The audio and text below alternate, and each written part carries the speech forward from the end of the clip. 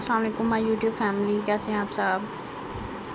Welcome back to my channel after a long time.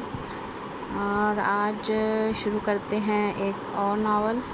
Hope so پہلے novel کی طرح یہ بھی آپ کو اچھا لگے گا، اور لائک شیئر اور سبسکرائب بھی کیجیے گا۔ تو چلیں شروع کرتے ہیں اور دیکھتے ہیں کہ ناول کیسا ہوگا۔ اور ہاں، اس کے علاوہ کچھ جیسے ورڈز کی غلطی ہو جاتی ہے یا کچھ پروننسیشن وغیرہ، تو کائنڈلی اس کو اگنور کیجیے گا، کہ جلدی میں بس کبھی کبھی ہو جاتا ہے کہ لفظ آگے پیچھے ہو جاتے ہیں۔ تو چلیں شروع کرتے ہیں۔ دریائے ڈمبویا کے کنارے واقع رومانیہ کے دارالحکومت بخارست میں اس وقت رات کا اندھیرا چھایا ہوا تھا، لیکن بلند و بالا عمارتوں سے پھوٹتی روشنیاں ماحول کو بقائے نور بنائے ہوئے تھی۔ سڑکوں میں ٹریفک رواں تھا۔ ایسے میں اپنے اپارٹمنٹ کے گلاس ونڈو کے سامنے کھڑا ہوا اس رنگین شہر کی بھاگتی دوڑتی زندگی کو دیکھ رہا تھا۔ چشمے کے پیچھے سے جھانکتی بھوری اداس آنکھوں میں سرخی جھلک رہی تھی۔ بائیں ہاتھ سے سیاہ لچھے دار بالوں کو مٹھی میں جکڑے وہ کسی گہری سوچ میں ڈوبا ہوا تھا۔ اسے یہاں آئے 3 سال کا عرصہ ہو چکا تھا۔ یہاں اس کا ڈیجیٹل مارکیٹنگ کنسلٹنسی کا بزنس تھا، جو اچھی طرح پھل پھول رہا تھا۔ وہ اس میں خود کو جتنا مگن کر سکتا تھا کر چکا تھا۔ اس کا منہ بولتا ثبوت اس کی اتنے کم عرصے میں اتنی زیادہ حاصل کی ہوئی کامیابیاں تھیں، مگر شاید ان کامیابیوں سے اسے سروکار نہیں تھا۔ یہ سب تو حقیقت سے نظریں چرانے کے لیے ایک رائے فرار تھا۔ دن تو اس بھاگ دوڑ میں جیسے تیسے گزر جاتا، لیکن رات اس پر بہت بھاری ہوتی تھی۔ وہ پاکستان سے جڑی ہر یاد بھلا دینا چاہتا تھا، مگر یادوں پر کس کا زور چل سکا ہے؟ جو اس کا چل جاتا بھاری دل سے کھڑکیوں پر بلائنڈز کو گراتا، وہ بیڈ پر جا کر براجمان ہوا تھا۔ سائڈ ٹیبل سے نیند کی گولی نکال کر حلق سے نیچے اتاری اور آنکھیں موند کر بیڈ پر تراز ہو گیا۔ پھر نیند بلا کب آتی ہے؟ جب نیند سے آنکھیں بوجھل ہوں اور اپنی آنکھ سے اوجھل ہوں۔ پھر نیند بھلا کب آتی ہے؟ جب دل میں بسنے والے بھی اور ساتھ میں ہنسنے والے بھی، جب دور کہیں وہ بستے ہوں، کسی اور کے ساتھ وہ ہنستے ہوں۔ پھر نیند بھلا کب آتی ہے؟ جب غم کی رات اندھیری ہو اور اس میں یاد بھی تیری ہو۔ پھر نیند بھلا کب آتی ہے؟ پھر نیند بھلا کب آتی ہے؟ پاکستان کے دل لاہور میں اس وقت صبح کی سفیدی نمودار ہونا شروع ہو چکی تھی۔ لوگ آہستہ آہستہ اپنے معمولات زندگی کی طرف مشغول ہو رہے تھے۔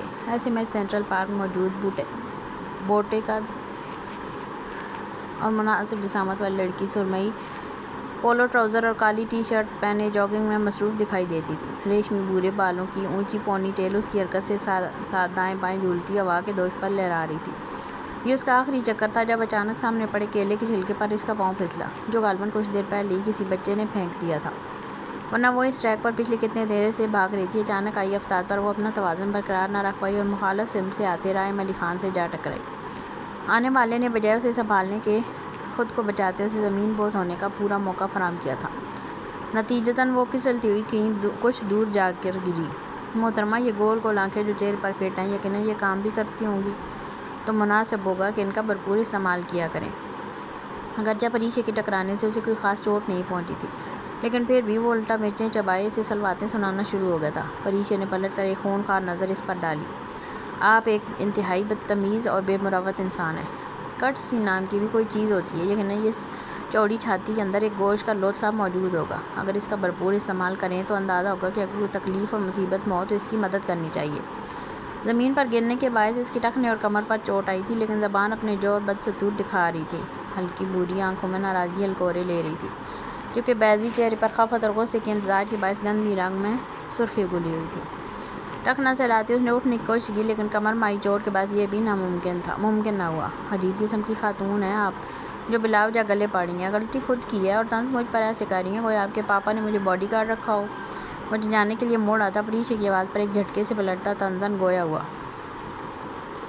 کاش اللہ نے آپ کو اچھی شکل کے ساتھ عقل بھی دی ہوتی، لیکن لگتا ہے عقل کے بٹوارے کے وقت آپ گھاس چرنے گئے ہوئے تھے۔ جو اتنی سی بات بھی سمجھ نہیں آ رہی کہ بات یہاں غلطی کی نہیں، انسانی ہمدردی کی ہو رہی ہے۔ کمر پکڑ کر کھڑے ہوتے اس نے ایک خونخوار نظر رائم پر ڈالی، جس کی گوری دمکتی رنگت میں اس درجے عزت افزائی پر غصے کی لالی گلی تھی۔ سرمئی آنکھوں میں موجود ڈورے کچھ مزید سرخ ہوئے تھے۔ آپ کا گھر کدھر ہے؟ نیلے جاگ ٹراؤزر کی جیبوں میں ہاتھ پھنساتے ہوئے اس کی توقع کے برعکس نرم لہجے میں گویا ہوا۔ پریچے نے گردن اٹھا کر چندئی آنکھوں سے بغور دیکھا۔ لمبا دراز قد، کثرتی جسم اور کریو کٹ بال اس کی شخصیت کی جاذب نظر بنا رہے تھے، لیکن اسے اس کی ذہنی حالت پر کچھ شبہ ہو رہا تھا۔ جس کا موڈ پل میں تولا پل میں ماشاء کے مستاق لمحوں میں بدل رہا تھا۔ شکریہ، میں خود جا سکتی ہوں، آپ نے جتنی مہربانی کرنی تھی کر چکے۔ وہ دونوں ہاتھ سر پر لے جا کر جوڑتے ہوئے وہ بیزاریت سے گویا ہوئی۔ اسے لگا شاید وہ اپنی غلطی کو سدھارنے کے لیے اسے گھر چھوڑنے جانا چاہتا تھا۔ جا تو آپ سکتی ہیں، ظاہر ہے 2 عدد ٹانگیں اب بھی ماشاءاللہ سلامت ہیں، مسئلہ تو آپ کے دماغ ہے، جس کے لیے میں آپ کے گھر والوں سے مل کر بتانا چاہتا تھا کہ آپ کی دوا آپ کو وقت پر دے دیا کریں، ورنہ کم از کم گھر میں باندھ کر بٹھائیں۔ سنجیدگی سے کیا تھا، وہ جانے کے لیے پلٹ گیا، جبکہ پارک کے خارجی راستے کی جانب لنگڑا کر بڑھتی پری سے ٹھٹک کر رکی تھی۔ وہ اسے پاگل کا لقب دے گیا تھا۔ اس کا غصہ 7ویں آسمان پر پہنچا، لیکن اس سے پہلے کہ وہ پلٹ کر کوئی جواب دیتی، رحم علی خان جاگ کرتا اس سے کافی دور نکل چکا تھا۔ انسین وہ پلٹ کر زور سے چلائی تو جاگ کرتے رحم علی خان نے ایک نظر مڑ کر اسے دیکھتا اور ایک طنزیہ مسکان اچھالتا آگے بڑھ گیا۔ پریشے کا پارا ہنوز چڑھا ہوا تھا، سرخ چہرہ لیے وہ پارک کے خارجی دروازے سے باہر نکلی۔ گردن کو مار کر دیکھا تو وہ ہنوز پرسکون سا جاگنگ میں مشغول تھا۔ اللہ کرے یہ بھی بہت برا گرے اور 2-4 ہڈیاں بھی ٹوٹے منوس کی۔ دانت پیس کر اسے بددعائیں دیتی وہ گھر کے راستے کی جانب مڑ گئی۔ لیکن وہ کہتے ہیں نا، کموں کے کوسنے سے ڈور نہیں مرا کرتے، سو اس نے بھی پری شیلوی کی بددعا کسی کام نہیں آئی تھی۔ بڑے سے خطے پر پھیلی قدیم طرز کی بنی ہوئی حویلی، جس کے ماتھے پر قصر خان پندہ تھا، زمین کے سینے پر اپنی پوری جاؤ عظمت سے کھڑی تھی۔ حویلی کے در و دیوار برقی کمکموں سے سجے، رات کے اسپائر اپنی روشنی سے اسے بقائے نور بنائے ہوئے تھے۔ اندر داخل ہوا تو زنان خانے میں ایک چہل پہل کا سماں نظر آتا تھا۔ رنگ برنگے کپڑوں میں ملبوس لڑکیاں کھلکھلاتی ہوئی گانے بجانے میں مشغول تھیں۔ سامنے ہی تخت پر ایک محمد شفیق سی خاتون بیٹھی نظر آ رہی تھی، گوری سفید رنگت پر کھلتے آسمانی رنگ کا شلوار قمیض پہنے اور سر پر عام رنگ شیفون کا دوپٹہ ٹکائے وہ گانے میں مشغول لڑکیوں کو دھیمی مسکراہٹ سے دیکھ رہی تھی۔ کچھ ہی دور چند خواتین ٹولی کی صورت میں بیٹھی نئی آنے والی دلہن کے جوڑے ٹانکنے میں مصروف تھیں۔ اب سے کچھ دن پہلے حویلی کے سب گوئی پتہ نہیں یہ کیا جان کے بڑے چشم و چراغ شہریار علی خان کی شادی تھی۔ پہلے پوتے کی شادی تھی، اس لیے اس میں وہ اپنے ہر ارمان نکالنا چاہتی تھی۔ اب تک وہ صدقے اور خیرات کے نام پر کتنے ہی بکرے صدقے کروا چکی تھی۔ پچھلے کئی ہفتوں سے کھانے کے لنگر کھلے ہوئے تھے، ہر شخص اس شادی کو لے کر بہت پرجوش دکھائی دیتا تھا۔ ادائے جان، میں باقی زیورات کے ساتھ یہ 7 لڑا 20 زرمینے کو چڑھانا چاہتی ہوں۔ آواز پر ادائے جان نے نظریں اٹھائیں تو سامنے کھڑی گلجان مسکراتی ہوئی ان کے نزدیکی پر رجمان ہوئی۔ ہاتھ میں انابی مخملی ڈبہ تھاما ہوا تھا۔ آہستگی سے ڈبہ تخت پر رکھتے اسے کھولا، 7 لڑیوں پر مشتمل جڑا ہوا ہار سب کی نظریں خیرہ کر گیا۔ یہ گلجان کا پشتی زیور تھا جو ان کے اکلوتے ہونے کے باعث میکے سے ان کے حصے میں آیا تھا۔ ہار دیکھ کر ادائے جان کی نظروں میں ایک ستائش ابھری تھی۔ اتنے سالوں بعد بھی وہ اپنی پوری آب و تاب سے چمک رہا تھا۔ ہاں کیوں نہیں، آخر کو آپ کے سب سے بڑے بیٹے کی شادی جو ہے، کچھ آپ دینا چاہتی ہیں وہ بخوشی دیں، مگر ایک بات ذہن میں رکھیے گا، کبھی آپ کو مزید 2 بہویں لانی ہیں تو کسی کے ساتھ بھی حق تلفی نہ ہو۔ ادائے جان نے ہار پر ایک ہاتھ پھیرتے انہیں مسکراتے ہوئے مشورے سے نوازا۔ ان کی اس بردباری اور معاملہ فہمی کی وجہ سے تو وہ دور دور تک مقبول تھی۔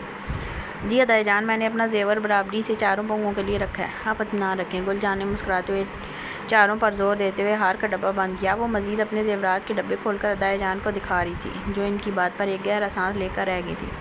جانتی تھی وہ ماں تھی، ہر اولاد کو لے کر ان کی خواہشات اور ارمان تھے، لیکن وہ اپنی ممتا کیا تو کسی دوسرے کی بچی کے ساتھ زیادتی کرنے کا سوچ رہی تھی۔ یہ بات وہ سمجھنے کو تیار نہیں تھی، لیکن فی الحال موقع ایسا تھا کہ وہ انہیں ٹوک کر بدمزگی نہیں پھیلانا چاہتی تھی۔ سو خاموشی میں ہی عافیت جانی دونوں ساس بہو کی باتوں کا رخ اب نئی آنے والی دلہن کے جوڑوں کی جانب مڑ گیا تھا۔ اندھیری رات میں کالے کپڑوں میں ڈھکا ایک وجود بلند قامت بلڈنگ کے 11ویں فلور پر موجود ایک جیولری شاپ میں کھڑا تیزی سے وہاں موجود سامان کو کالے چرمی بیگ میں بھر رہا تھا۔ تقریباً تمام ہی شیلفز خالی ہو چکے تھے۔ ہاتھ چلانے کے ساتھ ساتھ وہ بار بار اپنے ہاتھ موجود اسٹاپ واچ بھی دیکھتا تھا، جس کے حساب سے اسے اگلے 30 سیکنڈ میں اس جگہ کو چھوڑنا تھا، کیونکہ اس کی کیلکولیشن کے حساب سے پولیس کو اس جگہ پہنچنے میں 10 منٹ لگنے تھے اور ان 10 منٹوں کو پورا ہونے میں بس اب 30 سیکنڈ باقی تھے۔ بیگ کی زپ بر رفتاری سے بند کر کے کندھے پر ڈالتے اس نے ہاتھ میں تھامے اسپرے کا ڈھکن ہٹایا اور سامنے لگے شیشے پر catch me if you can لکھ کر دکان کے باہر قدم بڑھا دیے۔ تبھی پولیس سائرن کی آواز سنائی دی جو لمحہ بلمحہ تیز ہوتی جا رہی تھی۔ اس کے لفٹ کی طرف بڑھتے قدم چند سیکنڈز کے لیے تھمے۔ تیزی دماغ نے اگلا لائحہ عمل طے کیا اور اس پر عمل درآمد کرتے ہوئے اس نے اوپر جاتی ہوئی سیڑھیوں کی طرف قدم بڑھا دیے۔ کچھ ہی دیر میں وہ بلڈنگ کی چھت پر موجود تھا۔ ایک نظر نیچے جھانکا جہاں پولیس کی گاڑیاں کھڑی نظر آ رہی تھیں۔ گہرا سانس بھرتے سینے پر لٹکائے ہوئے بیگ سے ایک رسی نکالی، پھر گردن گھما کر ارد گرد کی عمارتوں کا جائزہ لیا۔ کچھ ہی پل بعد رسی گھما کر قدرے فاصلے پر موجود عمارت میں ڈالی، جس کے سرے پر موجود پلاسٹک کا اوک اگلی جانب بھٹکتے ہی رسی تن گئی۔ آنکھیں موند کر ایک گہرا سانس خارج کرتے ہوئے اس نے خود کو تیار کیا، اور اگلی پل وہ کسی ماہر کمانڈو کی طرح رسی پر جھولتا اگلی عمارت کی جانب بڑھ رہا تھا۔ مطلوبہ عمارت پر پہنچ کر ایک سکون کا سانس خارج کیا۔ کچھ دیر سانس درست کرنے کے بعد رسی نکال کر واپس نیچے کھڑی پولیس اب تک عمارت کو گھیرے میں رسی نکال کر واپس بیگ میں رکھ لی۔ نیچے کھڑی پولیس اب تک عمارت کو گھیرے میں لے رہی تھی۔ استزائیہ ہنستے ہوئے اس نے ہاتھ جاڑے اور بلی کی طرح ایک چھت سے دوسری اور پھر تیسری پھلانگتا اندھیرے میں غائب ہو گیا۔ ایک بار پھر یہ چور بہت ہی سنسنی خیز انداز میں چوری کر کے پوری پولیس فورس کے منہ پر تماچا مار کر جا چکا تھا، اور ہمیشہ کی طرح اپنا slogan "catch me if you can" جائے واردات پر چھوڑ گیا تھا۔ کیا ہماری پولیس فورس اور اعلیٰ حکام؟ ابھی نیوز کاسٹر مزید بول رہی تھی جب ٹی وی بند ہونے پر وہاں موجود تمام لوگوں نے پلٹ کر دیکھا اور ایس پی رحم علی خان کو اپنی طرف گھورتا پا کر ادھر ادھر کھسکنے لگے۔ "شہباز، مجھے کل رات والی CCTV فوٹیج چاہیے"۔ ایک تیز نظر وہاں کھڑے اہلکاروں پر ڈالتا وہ اندر کمرے کی جانب بڑھ گیا، جبکہ سب انسپکٹر شہباز نے تیزی سے اپنی میز کا رخ کیا تھا۔ رحم علی خان کا تھانے میں لگایا چکر سب کی سٹی گم کر دیتا تھا۔ اس وقت بھی ایسا ہی ہوا تھا، سب بدحواسی میں ادھر ادھر بھاگتے مصروف نظر آنے کی کوشش کرنے لگے تھے۔ ریوائنڈ کرو۔ شہباز کچھ ہی دیر بعد اندرونی کمرے میں بیٹھا لیپ ٹاپ پر رات حاصل کی جانے والی ویڈیو کی ریکارڈنگ دیکھا آ رہا تھا۔ جب ارم نے شیشے پر اسپرے کرتے ہوئے وجود کی ویڈیو کو ریوائنڈ کرنے کا حکم دیا، کچھ تھا اس جگہ پر جو اسے کھٹک رہا تھا۔ وہ 2-3 دفعہ اس کلپ کو ریوائنڈ کروا چکا تھا، لیکن ذہن اس کا اب بھی الجھا ہوا تھا۔ پاز کرو۔ شہباز نے ویڈیو روکی تو رائم نے آنکھیں چندیاتے ایک بار پھر اس نقاب پوش کو دیکھا جس نے اسپرے کرنے کے بعد CCTV کی جانب دیکھا تھا۔ کچھ خاص تھا ان آنکھوں میں، لیکن کیا؟ رائم نے انگوٹھے اور شہادت کی انگلی سے تھوڑی مسلتے کچھ دیر سوچا۔ "Okay, leave it. تم جاؤ اور مجھے اس کی پچھلی تمام وارداتوں کے ریکارڈز بھیجو"۔ شہباز کو حکم دیتا وہ کرسی پر براجمان ہوا۔ ذہن میں وہ ویڈیو کلپ اب بھی بار بار گھوم رہا تھا۔ سرمئی رنگ کے پتھروں سے تراشی گئی یہ بلند قامت عمارت ایک مخلوط جامعہ تھی، جہاں اس وقت طلباء و طالبات کی چہل پہل جاری تھی۔ آج فرسٹ ایئر کے طلباء کا پہلا دن تھا، جس کے باعث ایسا محسوس ہوتا تھا جیسے لوگوں کا ایک جمع کثیر یہاں موجود ہو۔ ہاتھ میں پلے کارڈز اٹھائے کچھ سینئر طلباء نئے آنے والوں کی مدد کے لیے رضاکارانہ طور پر کام کر رہے تھے، لیکن ان میں بیشتر وہ لوگ تھے جن کا مقصد نئے طلباء کو بے وقوف بنانا تھا، جسے جامعہ میں عرف عام میں ریگنگ کہا جاتا تھا۔ عموماً یہ قصے اتنے زبان زد عام پر تھے کہ نئے آنے والے طلباء خود بھی کافی چوکنے دکھائی دیتے تھے، لیکن پھر بھی وہ کسی نہ کسی طرح ان کی شرارتوں کا شکار ہو ہی جاتے تھے۔ انہی میں وہ شامل تھی جس کے چہرے پر پھیلا خوف ہی اس کے یہاں پہلا دن ہونے کی چیخ چیخ کر گواہی دے رہا تھا، لیکن اب تک اس نے کسی سے کوئی بات نہیں کی تھی اور گھبرائی ہوئی صورت کے ساتھ خود ہی اپنا ڈپارٹمنٹ ڈھونڈنے کی تگ و دو میں لگی تھی۔ اس وقت وہ ہلکے گلابی اور سفید کے امتزاج میں شلوار قمیض میں ملبوس تھی۔ دوپٹے کا ایک سرا کندھے پر جبکہ دوسرا سر پر ڈالا ہوا تھا۔ شولڈر بیگ کے اسٹرپ میں انگوٹھا مضبوطی سے پھنسائے وہ تیز دھڑکتے دل سے نظریں جھکائے چل رہی تھی۔ "ہیلو، میرا یہاں آج فرسٹ ڈے ہے، مجھے اپنا ڈپارٹمنٹ نہیں ملا، کیا آپ میری مدد کر سکتی ہیں؟" تبھی کسی نے پیچھے سے کندھا تھپتھپاتے اسے مخاطب کیا۔ وہ جو پہلے ہی خوفزدہ تھی ایک دم ہی اچھل کر پلٹی، لیکن پیچھے کھڑی لڑکی کو دیکھ کر تھوڑی تسلی ہوئی جو سفید جینس پر گہرا نیلا کرتا پہنے کافی پراعتماد دکھائی دیتی تھی۔ "جی، دراصل میرا بھی آج پہلا ہی دن ہے، میں بھی اپنا ڈپارٹمنٹ ہی ڈھونڈ رہی ہوں"۔ آنے والی لڑکی کے سراپے پر نظر ڈالتے اس نے بے چارگی سے اپنا مسئلہ بیان کیا۔ دل میں کچھ اطمینان اترا کہ چلو اب وہ 1 سے 2 ہو گئی تھیں۔ "تمہارا نام کیا ہے اور تمہیں کون سے ڈپارٹمنٹ جانا ہے؟" آنے والی لڑکی نے ببل چباتے ادھر ادھر نگاہیں دوڑائیں۔ سیدھے بالوں کی اونچی پونی تیل اس کی جنبش کے ساتھ ہلی تھی۔ "میرا نام غانی ہے اور مجھے اکنامکس ڈپارٹمنٹ جانا ہے"۔ خشک ہونٹوں پر زبان پھیرتے اس نے تھوک نکلا۔ "لو، اکنامکس ڈپارٹمنٹ میں ہی تو کھڑی ہو تم، وہ دیکھو سامنے بورڈ نظر آ رہا ہے"۔ لڑکی نے تھوڑا آگے نیلے بورڈ کی طرف انگلی سے اشارہ کیا۔ "ارے واہ، میں تو بنا بھٹکے سیدھی پہنچ گئی"۔ پہلی بار اس کے چہرے پر مسکراہٹ نظر آئی تھی۔ وہ اندر تک پرسکون ہو گئی تھی کہ بغیر کسی کے مذاق کا نشانہ بنے وہ اپنا ڈپارٹمنٹ ڈھونڈنے میں کامیاب ہو گئی تھی۔ سامنے سے سیدھے ہاتھ پر جاؤ گی تو سیڑھیاں نظر آئیں گی، وہاں سے دائیں ہاتھ پر بنے روم میں داخل ہو جانا، اور ادھر ادھر نہ دیکھنا اور نہ ہی کسی کی بات پر دھیان دینا، یہاں لوگ سب کو پاگل بنانے کھڑے ہوتے ہیں۔ اسے ہدایت دیتی وہ لڑکی آگے بڑھ گئی، جبکہ غانیہ مطمئن سی ہو کر اس کے بتائے راستے کی جانب مڑ گئی، یہ سوچے بنا کہ اگر واقعی اس کا بھی یونیورسٹی میں پہلا دن تھا تو وہ یہاں کے رستوں کے بارے میں اتنا کچھ کیسے جانتی تھی۔ سمجھ اسے تب آئی جب وہ اس کے بتائے کمرے میں داخل ہوئی، جہاں ہر طرف صرف لڑکے ہی لڑکے بے فکری سے براجمان تھے۔ اس کی آمد کے ساتھ ہی ایک پل کو وہاں سناٹا چھا گیا۔ "Good morning ma'am". لیکن اگلے ہی پل سب نے شرارت سے ہم آواز ہو کر اسے خوش آمدید کہا۔ وہ ایک دم سے پریشان ہوئی تھی۔ یہ کلاس تو نہیں لگ رہی، کیا یونیورسٹی میں ایسی کلاسز ہوتی ہیں؟ ہکا بکا سب کے چہرے تکتے وہ ذہن میں قیاس لگانے لگی۔ "میں اسٹوڈنٹ ہوں"۔ تھوک نکلتے اس نے سب کی طرف دیکھا کہ شاید یہاں ایسی کلاسز ہوتی ہوں گی، جبکہ اس کے جواب پر وہاں ایک کہکا بلند ہوا تھا۔ اسے اندازہ ہو گیا تھا وہ لڑکی اس کے ساتھ گیم کر چکی تھی۔ آنکھوں سے نکلتے موٹے موٹے آنسو کو ہاتھ کی پشت سے صاف کرتے وہ تیزی سے وہاں سے باہر نکلی اور بنا رکے تقریباً بھاگتے ہوئے آگے بڑھنے لگی، یوں جیسے پیچھے سے نکل کر کوئی اسے پکڑ لے گا۔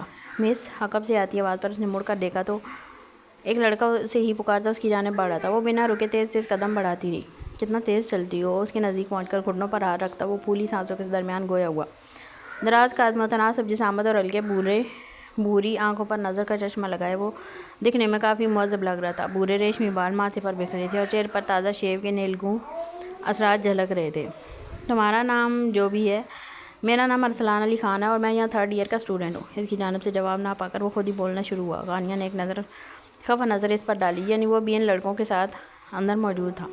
ابھی جس روم میں تم داخل ہوئی تھی وہ بوائز کامن روم ہے۔ مجھے اندازہ ہے کسی نے آج کے دن تمہارے ساتھ بہت ہی بھونڈا مذاق کیا ہے، مگر کیا ہے کہ تم کو یہ سمجھنا چاہیے کہ آج کے دور میں کسی پر بھی بھروسہ نہیں کرنا چاہیے۔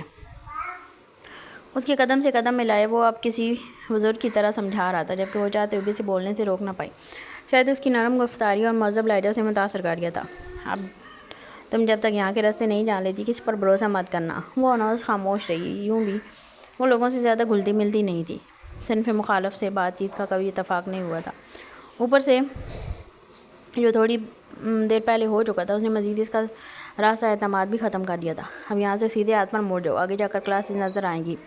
راہداری کے آخری سرے پر پہنچ کر دائیں جانب اشارہ کرتا وہ خود مخالف سمت کی جانب بڑھ گیا۔ اس کے بتائے راستے کی جانب قدم بڑھاتے وہ اندر سے اب بھی متذبذب تھی۔ ایک بار پلٹ کر پیچھے دیکھا جہاں سے وہ کچھ دیر پہلے غائب ہوا تھا۔ میں نے تم سے کہا بھی تھا کسی کا یقین نہ کرنا، پھر بھی تم نے میری بات نہیں سنی۔ تبھی بہت نزدیک سے اسے ارسلان کی آواز سنائی دی۔ وہ اچھل کر پلٹی۔ وہ پیچھے موجود ایک دروازے سے گھوم کر دوبارہ اس کے سامنے آیا تھا۔ اس کی آنکھیں بے بسی سے نم ہوئیں۔ سب مل کر اسے کیوں بار بار پاگل بنا رہے تھے؟ یہ جو آڈیٹوریم نظر آ رہا ہے نا، یہاں آج پر تم لوگوں کی اورینٹیشن ہے۔ اندر جاؤ اور اب میری بات سے یاد رکھنا، کسی پر بھروسہ نہیں کرنا ہے۔ ایک گہرا سانس بھرتے اس نے سامنے نظر آتے آڈیٹوریم کی جانب اشارہ کیا، جہاں کچھ طلباء و طالبات پہلے سے بیٹھے نظر آ رہے تھے۔ بیسٹ آف لک، مسکرا کر ہاتھ ہلاتا وہ آگے بڑھ گیا، جبکہ غانیہ ایک بار پھر دھڑکتے دل سے آڈیٹوریم کی جانب بڑھی تھی، اس دعا کے ساتھ کہ اس بار وہ ٹھیک جگہ پر پہنچی ہو۔ لیکن اس بار دل گواہی دیتا تھا کہ یہ لڑکا اس کے ساتھ دھوکہ نہیں کرے گا۔ اندر داخل ہو کر اس کا یقین پختہ ہو گیا جب سامنے بیٹھی لڑکی سے اسے پتہ لگا کہ وہ سب یہاں 1st ایئر کے اسٹوڈنٹ تھے اور پروفیسر کے انتظار میں بیٹھے تھے۔ وہ بھی ایک سیٹ دیکھ کر خاموشی سے بیٹھ گئی۔ ذہن کچھ دیر پہلے ہوئی ملاقات کو سوچ کر مسکرا رہا تھا۔ اسے یہ لڑکا اچھا لگا تھا۔ رومانیہ کا موسم آج کافی خوشگوار تھا۔ صبح سے لگاتار ہلکی ہلکی بارش نے موسم پر چھائی کلفت دور کر دی تھی۔ آسمان پر اب بھی ہلکے ہلکے بادل منڈلا رہے تھے جو مزید بارش کا پیش خیمہ تھے۔ ایسے میں اس بلند و بالا آفس کے 4تھے فلور پر جاؤ تو روزمرہ والی چہل پہل جاری تھی۔ CEO کی تختی لگے بھورے دروازے کو دھکیلتے اندر داخل ہو، سامنے رکھی کرسی پر براجمان شخص سنجیدہ چہرے سے اپنے لیپ ٹاپ پر مگن دکھائی دیتا تھا، جبکہ میز کی دوسری جانب کھڑی لڑکی ہاتھ میں آئی پیڈ تھامے اسے کچھ پڑھ کر سنا رہی تھی۔ جب بھی دروازہ کھلنے کی آواز آئی دونوں نے چونک کر نظریں اٹھائی تھیں کہ یوں بنا اجازت اندر داخل ہونے والا کون تھا، لیکن آنے والے کی شکل دیکھ کر وہ گہرا سانس بھرتا کرسی کی پشت سے ٹیک لگا کر بیٹھ گیا۔ مس اینا، میں آپ سے کچھ دیر میں بات کرتا ہوں۔ اینا یوں بھی جانتی تھی کہ آنے والے کی موجودگی میں کام کرنا ممکن نہیں تھا، سو مسکراتی ہوئی اس سے ہیلو ہائی کرتی باہر نکل گئی۔ تم بہت برے ہو سنی۔ اینا کے نکلتے ہی آنے والی نے کرسی سنبھالتے ناراضگی جتائی۔ مڈی ڈریس اور اسٹیپ ہیل سینڈلز میں اس کا سراپا بہت خوبصورت لگ رہا تھا۔ کندھوں تک آتے اسٹیپ کٹ برگنڈی ڈائیڈ بال اس کی سنہری رنگت پر جچ رہے تھے، جبکہ شاید رنگ آنکھوں میں ناراضگی ہلکورے لے رہی تھی۔ وہ تو میں ہوں اور وقتاً فوقتاً تمہیں بتاتا بھی رہتا ہوں، پھر بھی تم میرا پیچھا نہیں چھوڑتی۔ مجال ہے سامنے بیٹھے شخص کبھی اس کی دلجوئی کر دے یا حیثیت سے سوچتے اس نے لب بھیجے۔ تمہیں بتایا تھا نا آج میرا برتھ ڈے ہے، شام کو ذرا جلدی پہنچ جانا، مہمانوں کی طرح عین وقت پر نہ آنا۔ مگر تم کو میرا ذرا خیال نہیں ہے، مطلب میری ہی برتھ ڈے ہے اور میں ہی موصوف کو لینے یہاں پہنچی ہوئی ہوں۔ اس کی بات کو نظر انداز کرتی ہوئے ایک بار پھر اپنائیت جتا رہی تھی۔ اگر ڈٹھائی کی کوئی تصویر تھی تو وہ سامنے بیٹھی لڑکی تھی جو مقابل کی جانب سے اتنے خوش طبیعت کے باوجود امیدیں لگا کر بیٹھی رہتی تھی۔ ماریا میں ایسی گیدرنگ اٹینڈ نہیں کرتا، مجھے سوشل ہونا بالکل نہیں پسند، اور ایسا نہیں ہے مجھے تمہاری برتھ ڈے یاد نہیں تھی، میں صبح سے ہی تم کو وش کر چکا ہوں۔ سنجیدگی کا لبادہ اوڑھے وہ انوس صاحب کا لہجے میں گویا ہوا، تو مطلب تم اس بار بھی میری برتھ ڈے اٹینڈ نہیں کرو گے؟ ایک بے بس سی نظر اس پر ڈالتی وہ حیثیت سے گوئی ہوئی، کبھی ناراضگی دکھا کر تو کبھی منا کر، وہ بس کسی بھی طرح اپنے سامنے بیٹھے شخص کو اپنے ساتھ لے جانا چاہتی تھی۔ سوری ماریا، پلیز مجھ سے زیادہ ایکسپیکٹیشن مت رکھا کرو۔ آئی ریئلی فیل بیڈ جب میں تمہاری فیلنگز ہرٹ کرتا ہوں، مگر آئی ایم ہیلپ لیس، بیچارگی سے کہتے اس نے ایک بوجھل سانس فضا میں خارج کیا۔ Okay bye. اس کی آنکھوں میں چند موتی جھلملائے تھے جنہیں اندر اتارتی ہوئے ایک جھٹکے سے کرسی چھوڑتی کھڑی ہوئی. فی الحال وہ اس کے سامنے رونا نہیں چاہتی تھی، سو دروازہ کھولتی باہر نکل گئی. پیچھے بیٹھے سنی نے لب بھیجتے کرسی کی پشت پر سر ڈالا. وہ اسے تکلیف نہیں پہنچانا چاہتا تھا، مگر اس کے احساسات اور جذبات کا خیال رکھ کر اسے خوش فہم بھی نہیں کرنا چاہتا تھا. اینا پلیز کم ان. چند سیکنڈ بعد خود کو کمپوز کرتے اس نے ایکسٹینشن اٹھا کر اینا کو اندر بلایا. ہمیشہ کی طرح وہ خود کو کام مگن کرنے جا رہا تھا، کیونکہ کوئی تھا جو بڑی شدت سے اس وقت یادوں کے دریچے میں چپکے سے وارد ہوا تھا. دل گم شدہ، کبھی مل ذرا، مجھے وقت دے، میری بات سن، میری حالتوں کو تو دیکھ لے، مجھے اپنا حال بتا، کبھی پاس آ، کبھی مل سہی، میرا حال پوچھ، بتا مجھے میری کس گناہ کی سزا ہے یہ. تو جنوں ساز بھی خود بنا، میری وجہ عشق یقین تیرا. ملا یار بھی تو تیرے سبب، وہ گیا تو بھی چلا گیا. دل گم شدہ، یہ وفا ہے کیا؟ اسے کس ادا میں لکھوں بتا، اسے قسمتوں کا ثمر لکھوں، یا لکھوں میں اسے دغا سزا. دل گم شدہ، دل گم شدہ. پہاڑوں کی اور سے نکلتے سورج کا مزاج ہمیشہ کی طرح گرم ہی تھا. اس کی تمازت جیسے ہر شے کو پگھلائے دیتی تھی. چند سنہری کرنوں نے قصر خان کو بھی اپنی لپیٹ میں لیا ہوتا. حویلی کے اندر جھانکو تو ملازمین مستعدی سے اپنے کاموں میں مصروف دکھائی دیتے تھے. یہ وقت عصمت علی خان اور شہریار علی خان کے گھر سے نکلنے کا ہوتا تھا، سو اس وقت سب ہی کی دوڑیں لگی ہوتی تھی. جب بھی داخلی دروازے سے سفید پراڈو اندر داخل ہوتی دکھائی دی، گاڑی پورٹیکو میں رکی، تو ارسلان علی خان کا مسکراتا چہرہ نظر آیا. وہ بڑے بھیا کی شادی میں شرکت کے لیے آج صبح ہی حویلی دوڑا چلا آیا تھا. السلام علیکم ادائے جان. اندر داخل ہوتے ہی اس کا پہلا سامنا ادے جان سے ہوا تھا، جو مرکزی ہال ماں کمرے کے وسط میں بچھے تخت پر براجمان تسبیح کے دانے گرانے میں مصروف تھے. وعلیکم السلام. آ گیا میرا بچہ. صبح سے دیکھ کر ادائے جان بانچیں کھل گئی تھی. لہجے موجود محبت اور شیرینی ارسلان کو اندر تک سرشار کر رہی تھی. ہاسٹل میں ان محبتوں کی کتنی کمی محسوس کرتا تھا وہ. اب کتنے دبلے ہو رہے ہیں، رنگ بھی ایک دم جلس گیا ہے. کیا ہاسٹل والے کھانا نہیں دیتے؟ ان کے گلے میں بائیں ڈالتا وہ نزدیک بیٹھا تو ہمیشہ کی طرح ادے جان کی ازلی فکر و محبت نے جوش مارا. ہائے ادے جان، کھانا وانا تو سب ملتا ہے، بس آپ کی جدائی میں دبلا ہو جاتا ہوں. ان کے ماتھے پر پیار کرتا وہ مسکرایا. بس آپ باتیں بنانے میں ماہر ہیں. ویسے آپ کی بیگم صاحبہ کافی خوش رہیں گی، خوب مکھن لگانا جانتے ہیں آپ. پیار سے اس کے سر پر چپت رسید کرتی وہ مسکرائیں تو ارسلان کے چہرے پر بھی ایک گہری مسکراہٹ در آئی تھی. شام سے ایک سراپا نظروں کے سامنے لہرایا تھا. ادے جان چھوٹے بھیا آ گئے؟ رات بات ہوئی تھی تو کہہ رہے تھے وہ بھی آج پہنچیں گے.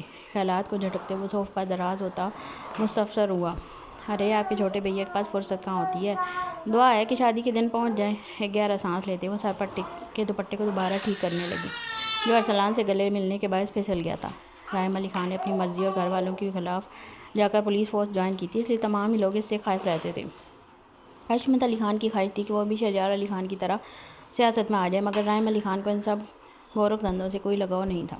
شروع تو عصمت علی خان نے اس سے بات چیت بھی بند کر دی تھی، مگر وقت گزرنے کے ساتھ ساتھ ان کی سرد مہری میں کمی آ گئی تھی. اپنے کام کی نوعیت کے باعث اس کا حویلی کم ہی آنا ہوتا تھا. شروع میں وہ شہر میں کرائے کے اپارٹمنٹ میں رہ رہا تھا، مگر تھوڑے عرصے بعد عصمت علی خان کے اصرار پر وہ ان کے شہر والے بنگلے میں منتقل ہو گیا.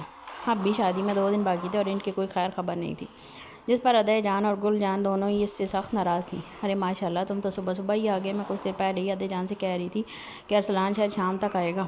ڈائننگ ہال سے لاؤنج کی جانب آتی گل جان ارسلان کو دیکھ کر خوشگوار حیرت کا شکار ہوئی تھی.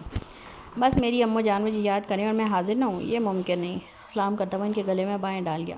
گل جان کے ساتھ ادے جان کے ہونٹوں پر بھی گہری مسکراہٹ آئی تھی. وہ سب کا لاڈلا اسی لیے تھا کہ سب کو خوش رکھنے کے گڑ سے واقف تھا. اسی کے دم سے گھر میں رونق بھی رہتی تھی، ورنہ جن دنوں وہ ہاسٹل میں ہوتا تھا گھر میں سناٹا ہی چھایا رہتا تھا. عصمت علی خان اور شہریار علی خان اپنی سیاست میں اتنا محو تھے کہ ان کے پاس گھر والوں کو دینے کے لیے وقت نہیں بچا تھا. بس ادے جان اور گل جان ہی تھی جو آپس میں ایک دوسرے سے دکھ سکھ بانٹ لیا کرتی تھی. میں بس پھسلتے بچا ہوں. حویلی میں ہر طرف مکھن کی ندیاں بہہ رہی ہیں. سفید کلف لگی قمیض کی آستین کو موڑتے شہریار علی خان نے عذرائے مذاق ارسلان کو لتاڑا. وہ ابھی لاؤنج میں داخل ہوا تھا. تینوں بھائی شکلاً اور عادتاً میں ایک دوسرے سے ایک دم مختلف تھے. شہریار کا رکھ رکھاؤ اور اٹھنا بیٹھنا عصمت علی خان سے میل کھاتا تھا. وہ شکلاً بھی اپنے دادا وجاہت علی خان پر گیا تھا. اونچا لمبا قد، مضبوط کاٹ اور وراثت میں ملا چٹا رنگ، اور چہرے پر چھائی ہمہ وقت سنجیدگی اسے ایک باروب تاثر دیتی تھی. چہرے پر موجود ہلکی داڑھی مونچھ مزید اس کی شخصیت کو پراثر بناتی تھی. بڑے بھیا، آخر کو پتہ بھی لگنا چاہیے نا، آپ کا بھائی اکنامکس کا اسٹوڈنٹ ہے. ڈیمانڈ کے حساب سے سپلائی کرتا ہوں. آج کل میں حویلی میں مکھن کی ضرورت میں اضافہ ہونے والا ہے. آخر کو بڑی بھابھی بیگم کی آمد ہے. گل جان کے ماتھے پر بوسہ دیتے ہوئے اس نے شرارت سے شہریار کو دیکھا. جو اس کی بات پر گردن جھٹک کر مسکرایا تھا۔ تم بھی پڑھ لکھ لو تو پارٹی جوائن کر لو، عوام میں کافی مقبول ہو جاؤ گے۔ ٹانگ پر ٹانگ چڑھا کر بیٹھتے اس نے ارسلان کو مشورے سے نوازا۔ مونچھوں تلے ہونٹوں پر دھیمی مسکراہٹ رقصاں تھی جو عموماً کم ہی دیکھنے کو ملتی تھی۔ نہ بابا نہ، یہ آپ کے اور بابا کے بس کی بات ہے، میں تو اپنا بزنس کروں گا۔ جھرجھری لیتے اس نے کان پکڑے تو وہاں موجود سب کے چہروں پر مسکراہٹ بکھر گئی۔ ارسلان آ گیا، ارسلان آ گیا۔ جب ہی تالیوں کی آواز پر سب کی نگاہیں ایک ساتھ سیڑھیوں کی جانب مڑی۔ ارے اجو بھیا! سیڑھیوں میں کھڑے وجود کو دیکھ کر ارسلان کے ہونٹوں پر گہری مسکراہٹ آئی تھی۔ اتنی دیر میں وہ لڑکا بھاگتا ہوا سیڑھیاں اتر چکا تھا۔ یہ دیکھیے میں آپ کے لیے آج کیا لے کر آیا ہوں۔ سوفٹ پر رکھے بیگ میں ہاتھ ڈالتے اس نے ابرو اچکائے تو اجو کے چہرے پر اشتیاق کے رنگ امڈے تھے۔ بےتاب نگاہیں بیگ کے اندر جھانکنا شروع ہوئی تھیں۔ وہ لگ بھگ 24 برس کے قریب تھا، ہلکا فربی مائل جسم، درمیانہ قد اور وراثت میں ملا دودھیا گلابی رنگ۔ سر پر موجود بھورے بال ایک دم ارسلان جیسے، بس فرق یہ تھا کہ انہیں کٹوا کر بہت چھوٹا کروا دیا گیا تھا۔ اس کی مشابہت اپنے بھائیوں سے ضرور تھی مگر برکس مسز میں ان تینوں کی طرح ذہین اور کامیاب نہیں تھا۔ وہ ذہنی طور پر پسماندہ تھا اور اس لیے اپنے تمام بچوں میں گل جان کا سب سے لاڈلا بھی۔ وہ اب تک اپنے تمام کام خود سے کرنے کا اہل نہیں تھا۔ گل جان اسے لے کر بہت پریشان رہتی تھی۔ اس کی اس ذہنی پسماندگی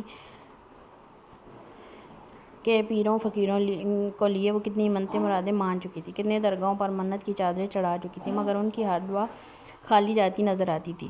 الٹا وقت اور عمر کے ساتھ اس کی طبیعت میں غصہ، ضد اور چڑچڑاپن بڑھتا جا رہا تھا۔ وہ لوگ اسے ڈاکٹرز کو دکھانے کے حق میں بھی نہیں تھے کہ ڈاکٹرز اس کو پاگل سمجھ کر پاگلوں والا علاج کریں گے، اور اسی لیے بس اس کی زندگی میں منتوں کے دھاگوں اور درگاہوں کی نیازوں کے سہارے کٹ رہی تھی۔ اس وقت بھی گل جان کی نظروں میں اس کے لیے پیار ہی پیار تھا، جو ارسلان کے ہاتھوں سے چاکلیٹ لے کر سیڑھیوں کی طرف بھاگ رہا تھا، کیونکہ جانتا تھا اتنی زیادہ چاکلیٹ دے کر گل جان ضرور اس پر کوئی قدغن لگائیں گی۔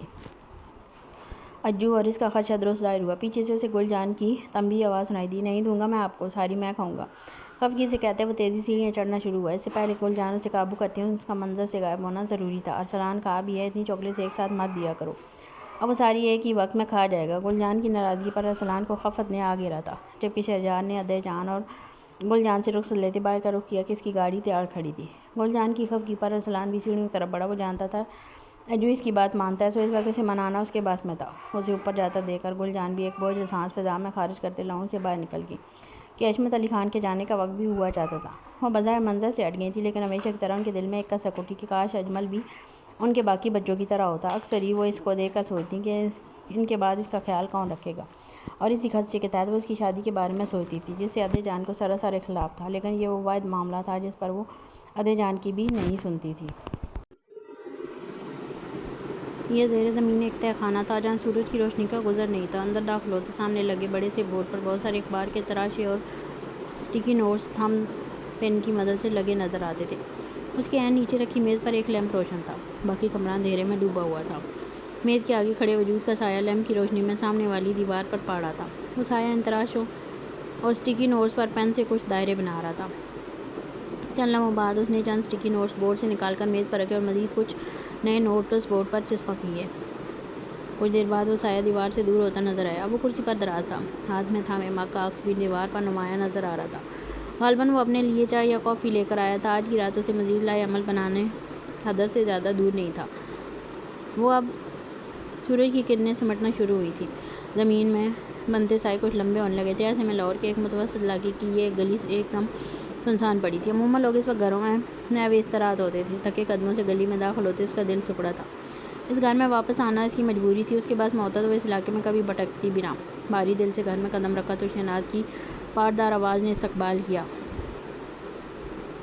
اے بی بی، یہ تم نے گھر کے کاموں سے بچنے کا اچھا چونچلہ نکال لیا ہے۔ صبح سے مار کھپ کر جب سب کام کر لو تو محترمہ کی سواری تشریف لاتی ہے۔ چلو پہلے کم از کم میرے بچوں کے حصے سے کھاتی تھی تو دو چار ہاتھ ہی ہلا لیا کرتی تھی، مگر نہ جی، اب تو مہارانیوں والی زندگی گزاری ہے بیگم صاحبہ۔ اچھا اماں باوا میرے سر تھوپ کر سکون کی نیند سو گئے ہیں۔ اوپر سے ماموں جان ایسے جان چھڑکتے ہیں گویا ان کی آپا نے قارون کا خزانہ بھی چھوڑا تھا اپنی بیٹی کے ساتھ۔ لفظوں کے ان نشتر کو ہمیشہ کی طرح خون کے گھونٹ پی کر اتارتی وہ اندرونی کمرے کی جانب بڑھ گئی۔ یہ تانے اور طنز اس کی زندگی کا حصہ تھے، جو شاید ان احسانات کی قیمت ہے جو اس کے ماموں مامی اس پر کرتے تھے۔ کچھ دیر بعد منہ ہاتھ دھو کر وہ کچن کی جانب جاتی نظر آئی کہ جانتی تھی کہ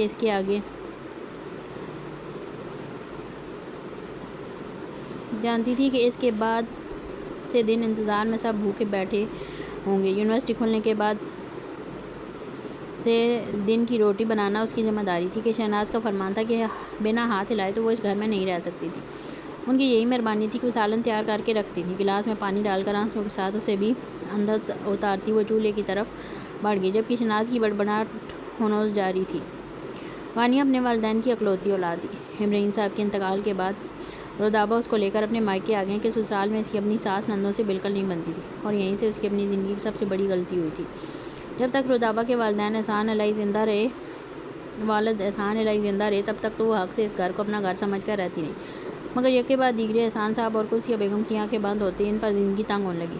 بڑی بھابھی اٹھتے بیٹھتے ہر وقت طعنہ دیتی تھی، جس پر فیاض جو غیر شادی شدہ تھا اسے سخت غصہ آتا اور بالآخر اپنی اچھی جاب پر پہنچنے کے ہوتے ہی وہ رودابہ کو اپنے ساتھ لاہور لے آیا۔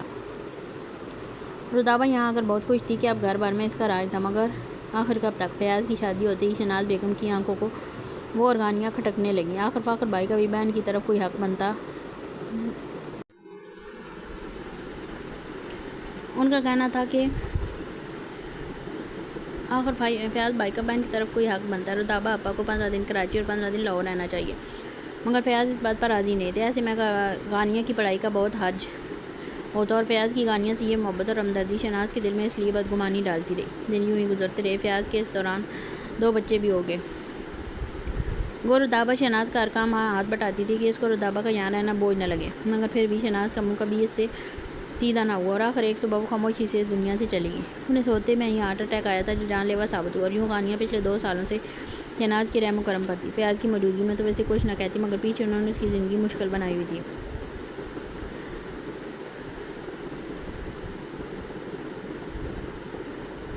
اس کی شخصیت پر بھی بہت منفی اثر آیا تھا۔ اس ماحول میں رہنے سے اس کی عدم اعتمادی اور حساسیت، معمولی بات پر فوراً رونا، ہر کسی سے ڈر جانا، یہ سب اب اس کی فطرت کا حصہ بن چکا تھا۔ بس اب اس سب میں ایک پڑھائی کا شوق تھا جو اسے اب تک تھا۔ وہ پڑھنے میں بہت اچھی تھی اور اسی لیے اس کی خواہش پر فیاض نے اسے یونیورسٹی میں ایڈمیشن دلوا دیا تھا، جو شناز کو ایک آنکھ نہیں بایا تھا، مگر وہ مجبور تھی۔ کچھ کہہ کر یا یہ نہیں کہہ سکتی تھی، مگر غانیہ کو اٹھتے بیٹھتے طعنہ دینے سے چوکتی بھی نہیں تھی۔ اس وقت بھی اب وہ خود ٹی وی کھول کر بیٹھ چکی تھی۔ دونوں بچے نوڈلز کھا کر ٹیوشن جا چکے تھے اور ان کی واپسی سے پہلے غانیہ کو کھانا میز پر تیار رکھنا تھا کہ آتے ہی وہ لوگ بھوک کا شور مچاتے۔ زندگی اسی ڈب پر گزر رہی تھی، بس اسے اس دن کا انتظار تھا جب وہ یونیورسٹی سے ڈگری لا کر نکلتی اور اپنے پاؤں پر کھڑی ہوتی۔ اس نے پکا تہیہ کر لیا تھا وہ پھر مڑ کر کبھی اس گھر کو نہیں دیکھے گی، اور کبھی خود سے کیے وعدے بہت جلدی وفا ہو جایا کرتے ہیں۔ آج شہریار علی خان اپنی دلہن رخصت کروا کر قصر خان لے آیا تھا، اور اس وقت حویلی کے اندر اور باہر ایک جشن کا سماں تھا۔ رنگ برنگے کریکرز آسمان پر جا کر پھوٹتے تھے، پورے آسمان کو رنگین بناتے تھے۔ دور دور تک لوگوں کو علم تھا کہ قصر خان کا سب سے بڑا ثبوت ازدواجی بندھن میں باندھ چکا تھا۔ حویلی کے باہر فقراء اور مساکین کی اب بھی لمبی قطاریں لگی تھیں، انہوں صدقات اور عطیات کا سلسلہ جاری تھا۔ ان سب ہنگاموں سے دور حویلی کے اندرونی حصے میں داخل ہو تو اوپری منزل کی چکر داراداری پر مبنی آخری حصہ پرسکون تھا۔ جہاں بنے کمروں میں سے ایک میں اس وقت شہریار علی خان اپنی نئی حویلی دلہن کے ساتھ موجود تھا۔ کچھ دیر پہلے ہی چند رشتہ دار خواتین اسے یہاں پہنچا گئی تھیں۔ فطرتاً شرمیلی اور خاموش طبع زرمین آفریدی اس وقت گردن جھکائے تیز باتیں سن رہی تھی۔ دھڑکنوں کے ساتھ شہریار علی خان کی ماننا پڑے گا ادے جان کی پسند کو صحیح کہتی تھی کہ وہ تم میرے ساتھ بہت جچو گی۔ اس کی نظروں میں زرمینے کے لیے ستائش تھی، جس کی منموہنی صورت شہریار کی آواز پر حیا کی لالی سے دہک اٹھی تھی۔ اس نے دھیمے سے لرزتی پلکیں اٹھائیں تو شہریار کی آنکھوں میں ٹھہرے جذبات دیکھ کر اگلے ہی پل نظریں جھکا گئی۔ فی الحال وہ یہ سمجھنے سے قاصر تھی کہ اس موقع پر وہ اپنی تعریف کر رہا تھا یا اس کی۔ زرمین میں ایک باصول اور مصروف انسان ہوں، مجھے 2 ٹوک بات کرنے کی عادت ہے۔ مجھے شاید مزید اپنے حسن کا خراج وصول کرنے کے لیے تیار بیٹھی تھی۔ شہریار کی آواز پر ساکت ہوئی تھی، جس کا لہجہ کسی اسکول ماسٹر کی مانند سنجیدگی لیے ہوئے تھا۔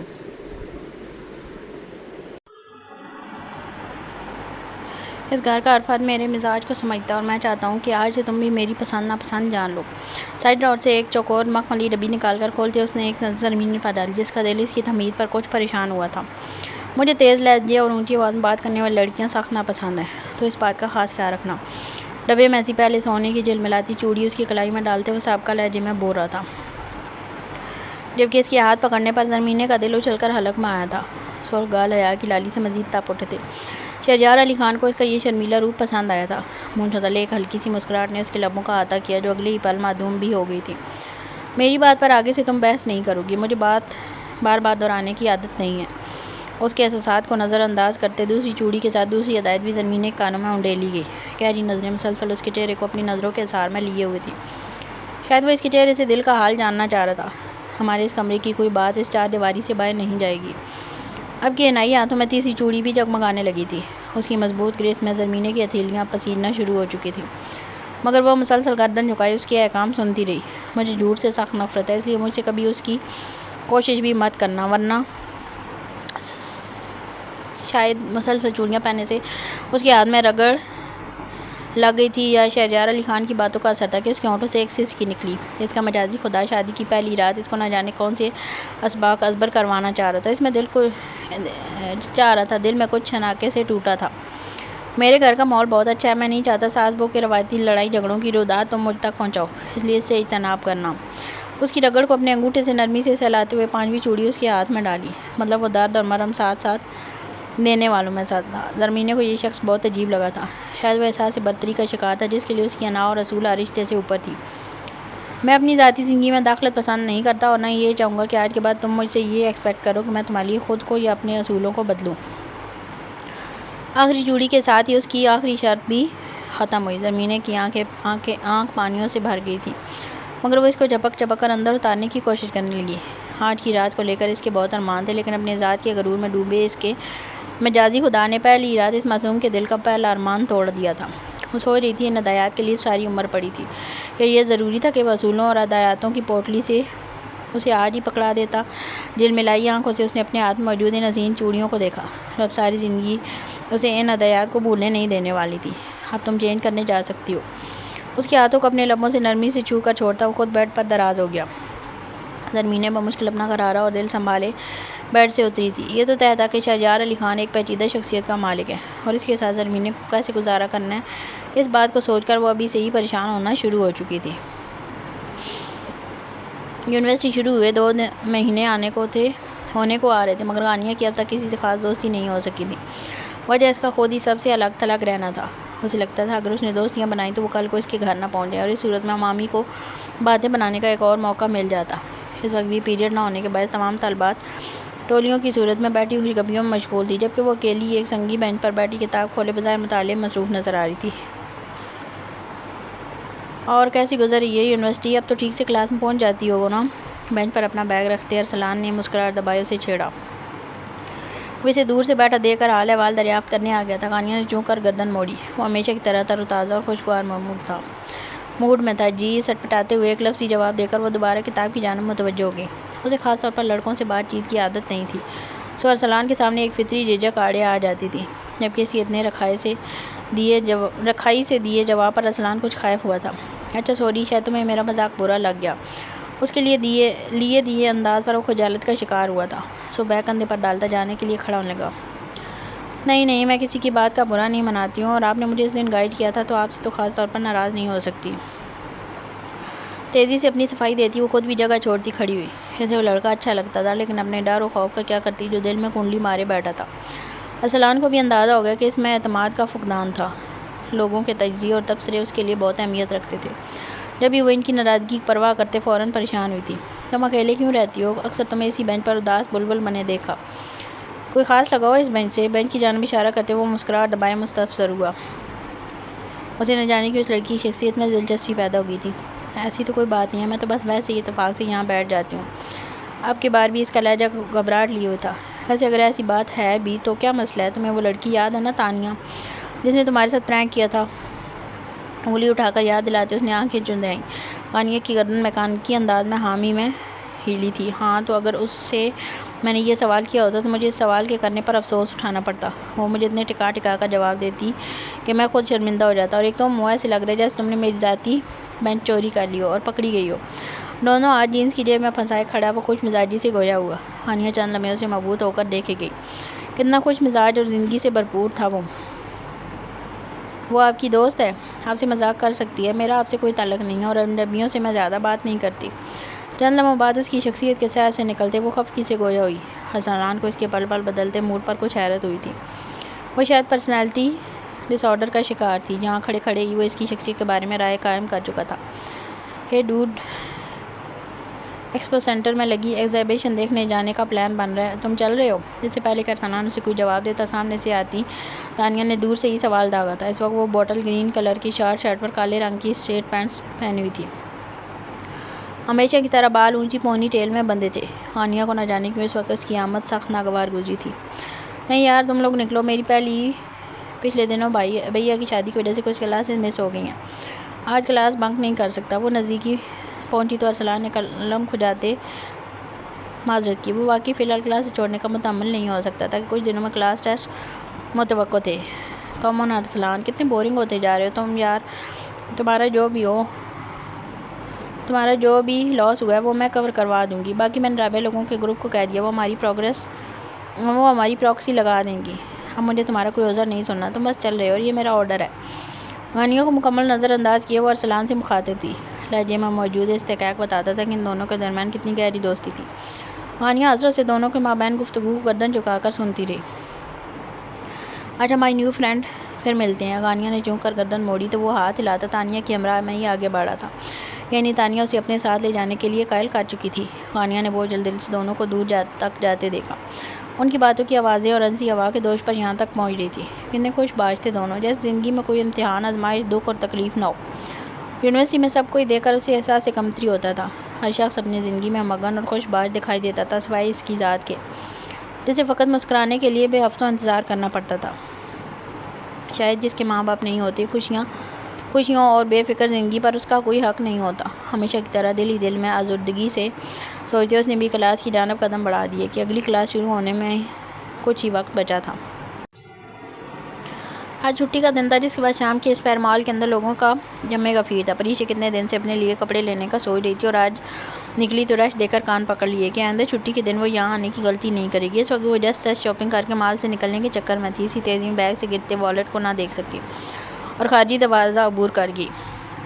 ایکسکیوز می، اس کے عین پیچھے چلتے رائم علی خان نے یہ منظر دیکھا تھا۔ والیٹ اٹھاتے اس نے پریشا کو آواز دی، لیکن اسے یہاں سے بھاگنے کی اتنی جلدی تھی کہ وہ ہوا کے گھوڑے پر سوار بنا کچھ دیکھے سنے تیزی سے نکلتی گئی۔ رائم علی خان نے مال کے باہر نکل کر بھی اسے ڈھونڈنا چاہا، لیکن اتنی سی دیر میں وہ نہ جانے کہاں غائب ہو گئی تھی۔ ایک گہری سانس لیتے اس نے والیٹ کھولا، کیونکہ اسے کھولے بغیر وہ اس کے مالک تک نہیں پہنچ سکتا تھا۔ اندر کریڈٹ کارڈ، ڈیبٹ کارڈ کے علاوہ کچھ کیش رقم بھی موجود تھی۔ اس کا کوئی ID کارڈ اس میں موجود نہیں تھا۔ اندر کی پاکٹ سے ایک بزنس کارڈ ملا جس پر اس کے آفس کا ایڈریس اور نمبر درج تھا، پریشا الوی۔ ذیل لب اس کے نام کو بڑبڑاتے اس نے کارڈ کو اپنی ہتھیلی پر رکھ کر 2-3 بار مارا، پھر موبائل نکال کر اس پر دیے کے نمبر پر کال کرنے کا 2-3 بیل کے بعد ہی کال ریسیو کر لی کہ ہیلو۔ اگلی جانب سے شاید سسی نسوانی آواز سنائی دی تو رائم نے اسے اپنی کال کا مقصد بیان کیا۔ کون ہو بھائی، کچھ تو بولو۔ ہیلو۔ رائم نے اچنبھے سے کان سے فون ہٹا کر دیکھا، وہ پوری کتھا سنا گیا تھا اور اگلی جانب ہیلو سے آگے بات نہیں بڑھی تھی۔ شاید ٹریفک کے شور اور سگنل پرابلم کی وجہ سے اسے آواز نہیں جا رہی تھی۔ اس سے پہلے وہ مزید کچھ کہتا دوسری جانب سے فون کاٹ دیا گیا۔ ایک گہرا سانس بھرتے اس نے دوبارہ کال ملائی۔ السلام علیکم، میں SP رائم علی خان بات کر رہا ہوں۔ کال ملاتے ہی اس نے اپنا تعارف کروایا۔ وعلیکم السلام۔ تو پریشا نے کان سے فون ہٹا کر چنبے سے دیکھا اور واپس لگاتے ہوئے سوال داغا۔ SP کی اسے کال کرنے کی تو سمجھ نہیں آئی تھی۔ اسے لگا یہ کوئی رانگ نمبر ہے، شاید اسے ستا رہا ہے۔ اس سے پہلے وہ دوبارہ کال کاٹتی رائم کی آواز اسپیکر پر ابھری تو یہ کہ میڈم آپ اپنا بیگ چیک کر لیں، آپ کی کوئی چیز تو کم نہیں ہے۔ عجیب کوئی بدتمیز قسم کی لڑکی تھی جو اتنے لٹھ مار انداز میں مخاطب ہوئی تھی۔ سوچتے ہوئے اس نے گردن جھٹکی۔ یہ پولیس والوں نے اب چوروں کو چھوڑ کر زبردستی کے رضاکارانہ کام کرنے کب سے شروع کر دیے؟ جائیں بھائی اپنا کام نپٹائیں، مطلب خواہ میں ہی ڈرائیونگ چھوڑ کر آپ کے آرڈر پر اپنا بیگ چیک کروں؟ اس کی جھنجھلاہٹ بھری آواز پر رائم کے لب بھینجے تھے، لیکن پھر اسے خود ہی احساس ہوا کہ اس نے واقعی غلط وقت پر کال ملا دی تھی۔ اوکے، آپ دھیان سے ڈرائیونگ کریں، گھر پہنچ کر مجھے کال کیجیے گا۔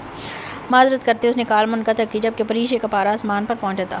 جس رش سے وہ نکل کر آئی تھی وہ یہ اس کے سر درد کا باعث بن رہا تھا، نہ کہ یہ بے تکی کال اسے مزید غصہ دلا گئی تھی۔ عجیب پاگل آدمی ہے، ابھی کرتی ہوں میں اس لوفر کو کال۔ بڑا آیا SP، جھوٹا کہیں کا۔ سیٹ پر موبائل پھینکتے وہ بڑبڑائی۔ دونوں ہی اب تک اس بات سے انجان تھے کہ یہ ان کے مابین دوسری گفتگو تھی، جو پہلی کی طرح ہرگز بھی خوشگوار نہیں رہی تھی۔ آج تو بہت تھک گئی ہوں۔ گھر پہنچ کر وہ صوفے پر ڈیس گئی۔ کیوں، کیا ہوا؟ آج کون سا کوئی نیا کام کر کے آ رہی ہو؟ ہمیشہ کی طرح کپڑوں کا انبار ہی تو خرید کر لائی ہوگی نا۔ دائیں جانب رکھے صوفے پر بیٹھی نبیہ نے لیپ ٹاپ سے نظر اٹھا کر مسکراتے ہوئے استفسار کیا۔ نظریں زمین پر پڑے شاپنگ بیگز پر گئیں تو وہ سر پکڑ کر بیٹھ گئیں، جہاں لاتعداد شاپرز بکھرے تھے۔ وہ دیوانگی کی حد تک شاپنگ کرنے کی شوقین تھی اور نبیہ اس کی اس عادت سے عاجز، کیونکہ کپڑے لا کر الماریوں بھرنے کا اس کا یہ شوق نبیہ کو مشکلات سے دوچار کر دیتا تھا۔ جب وہ کسی لنڈے کے سامان کی طرف اس کی الماری بھی بھر دیا کرتی تھی، جو نبیہ کی الماری سے سارا سال ہی پریشا کے قبضے میں رہتی تھی۔ ہاں تو شاپنگ کوئی آسان کام ہے کیا؟ سر میں درد ہو گیا؟ کوئی رش تھا؟ دونوں ہاتھوں سے سر پکڑتے اس نے آنکھیں پھیلائیں۔ مال کا رش سوچ کر ایک مرتبہ پھر چرچری آئی۔ مجھے سمجھ نہیں آتا لوگ کتنے فارغ ہوتے ہیں کہ چھٹی کا دن شاپنگ کر کے ضائع کر دیتے ہیں، اور ایسے تو ساری دنیا مہنگائی کا رونر ہوتی ہے، لیکن ہر آؤٹ لیٹ پر باہر تک لائنیں لگائے ایسے کھڑے ہیں جیسے مفت کا مال مل رہا ہو۔ سامنے پڑے شاپنگ بیگ میں سے ایک اپنی جانب کھینچتے وہ خفگی سے گویا ہوئی۔ اسے اب تک رش سوچ کر غصہ آ رہا تھا، جبکہ اس کی تب سے پر نبیہ کے ہونٹوں پر مسکراہٹ آئی تھی۔ خود جی بھر کر شاپنگ کرنے اور مہنگائی کا رونر ہونے والی کو دوسروں پر اعتراض تھا۔ وہ اپنی ساری کمائی شاپنگ کی نظر کر دیتی تھی اور پھر مہینے کے آخر میں گھر کا کال کر کے مزید پیسے منگواتی تھی۔ کاش لوگ سمجھ جائیں کہ زندگی میں اور بھی غم ہے شاپنگ کے سوا۔ مسکراہٹ دباتے بولتی نبیہ دوبارہ اپنے لیپ ٹاپ کی جانب متوجہ ہوگی، جبکہ پریشا اس کے طنز کو سمجھے بنا کپڑے نکال کر دیکھنے لگی۔ بھیا ابھی میرا والٹ بیگ میں نہیں ہے۔ ابھی سے چند منٹ ہی گزرے ہوں گے کہ پریشا کی پاختہ سی آواز سنائی دی، جو پورا بیگ خالی کر کے ادھر ادھر چیزیں ٹٹولتی والٹ ڈھونڈ رہی تھی۔ یار پریشا تمہیں شور ڈالنے کی عادت ہے، صحیح سے چیک کرو، بیگ میں ہی ہوگا۔ نبیہ کو اس کی فطری لاؤبالی کا اچھے سے پتہ تھا، سو اس کے شور کو بنا خاطر میں لائے اٹھ کر اس کے نزدیک آئی۔ وہ ایس پی شٹ میرا موبائل۔ اس کے ہاتھ سے بیگ لیتی نبیہ اچنبھے کا شکار ہوئی، جب صف پر بکھرے کپڑوں کے درمیان اپنا موبائل ڈھونڈ رہی تھی۔ اوف اس لڑکی کوئی کل جو سیدھی ہو۔ نبیہ نے تعصب سے گردن ہلاتے اسے دیکھا، جو اسے بے نیاز کانوں پر موبائل لگائے بے صبری سے فون اٹھائے جانے کا انتظار کر رہی تھی۔ کچھ دیر بعد شاید کار اٹھا لی گئی تھی، جب بھی وہ کمرہ چھوڑتے باہر ٹیرس کی طرف بڑھ گئی۔ بات ہو گئی اس ایس پی سے، وہ اپنا کوئی آدمی کچھ دیر میں بھیج رہا ہے۔ کچھ دیر بعد اندر داخل ہوتے اس نے ایک پرسکون سانس خارج کی۔ تو میں نہ ڈھونڈوں؟ اس کے بیگ کی اندرونی جیب میں ٹنٹولتے نبیہ نے استفہامیہ نگاہ اس کی جانب اٹھائی۔ اسے پورا شک تھا کہ موبائل بیگ میں کہیں ہوگا، کیونکہ پریشا کو بلا وجہ شور مچانے کی عادت تھی۔ جی وہ ایس پی میرا والٹ بھجوا رہا ہے۔ ایک بار پھر کپڑوں کے انبار سے ایک کرتا کھینچ کر خود پر لگاتے اس نے سرسری سا انداز اپنایا۔ لیکن ہوا کیا؟ ایس پی کہاں ٹکرا گیا تمہیں؟ نبیہ اس کی آدھی ادھوری باتوں سے کچھ الجھن کا شکار ہوئی تھی۔ دراصل کپڑے واپس صوف پر ڈالتے ہوئے گہری سانس خارج کرتی خود بھی صوف پر دراز ہوئی۔ گاڑی میں آنے والی کال سے لے کر اب تک کی جانے والی ساری کہانی سن کر نبیہ نے سر پر ہاتھ مارتے اسے تعصب سے دیکھا۔ وہ ایسے ہی تھی، ہولو تھی اور جلد بازی میں کوئی نہ کوئی بلنڈر مارتی رہتی تھی۔ شکر کرو کسی ایماندار پولیس والے کے ہاتھ لگ گیا، ورنہ تو اب تک فاتحہ پڑھ لینا چاہیے تھا۔ میز سے اپنا لیپ ٹاپ اٹھاتی نبیہ نے اسے ناراضگی سے دیکھتے لتاڑا۔ ہاں دعا تو اب بھی ہے کہ سب کچھ صحیح سلامت مل جائے۔ کپڑے دوبارہ سے بیگ میں بھرتے اس نے ایک گہرا سانس خارج کیا، لیکن دل میں پھر بھی اطمینان تھا کہ سامنے والا ایماندار ہوگا تبھی تو کال کی، ورنہ اس کے کریڈٹ ڈیبٹ کارڈز اسی میں موجود تھے۔ اگر وہ کسی غلط بندے کے ہاتھ چڑھ جاتا تو لاک کروانے تک نہ جانے وہ کتنی کارروائی کر چکا ہوتا۔ آج زرمینے کے مائکے میں شہریار اور زرمینے کی رات کی دعوت تھی۔ اس سلسلے میں وہ الماری کے سامنے کھڑی اپنے کپڑے دیکھ رہی تھی، جب کمرے سے ملکہ اسٹڈی روم سے نکلتے شہریار کی آواز نے اسے اپنی جانب متوجہ کیا۔ زرمینے کل میں ایک نیلی رنگ کی فائل لے کر آیا تھا، جو اپنی اسٹڈی ٹیبل پر ہی رکھی تھی، لیکن اس وقت وہ وہاں موجود نہیں ہے۔ کون گیا تھا اسٹڈی میں؟ جبکہ میں نے منع بھی کیا ہے، میری غیر موجودگی ملازمین کو وہاں مت جانے دیا کرو۔ زرمینے کی سانس حلق میں اٹکی تھی کہ شہریار کا لہجہ تندی لیا ہوا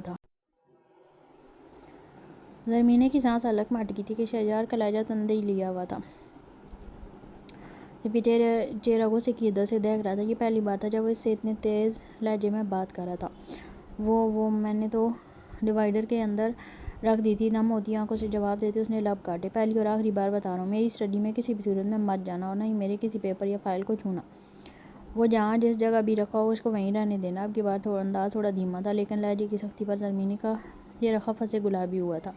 وہ اسٹڈی میں اپنے لیے کوئی کتاب لینے گئی تھی اور وہاں پر میز پر رکھی فائل کو اہم سمجھ کر اس نے اندر رکھ دیا تھا۔ اپنے تئیں تو اس نے سمجھداری اور ذمہ داری کا کام کیا تھا، مگر پتہ نہیں شہریار کو کیا بات بری لگ گئی تھی۔ زرمینے نے حیرت سے مڑ کر اسے دیکھا۔ اب کی بار اس کا انداز بالکل نارمل تھا، جیسے 5 منٹ پہلے کچھ ہوا ہی نہ ہو۔ شاید اسے مطلوبہ فائل زرمینے کی بتائی جگہ سے مل گئی تھی، اس لیے اس کا موڈ بحال ہو گیا تھا۔ وہ ایسا ہی تھا، منٹ میں نرم منٹ میں گرم۔ اس کا پل پل بدلتا روپ دیکھ کر وہ حیران ہو جاتی تھی۔ وہ اس کے لیے واقعی ایک پیچیدہ رشتہ ثابت ہو رہا تھا۔ ایک بار پھر خود کو مستقبل کے امتحانات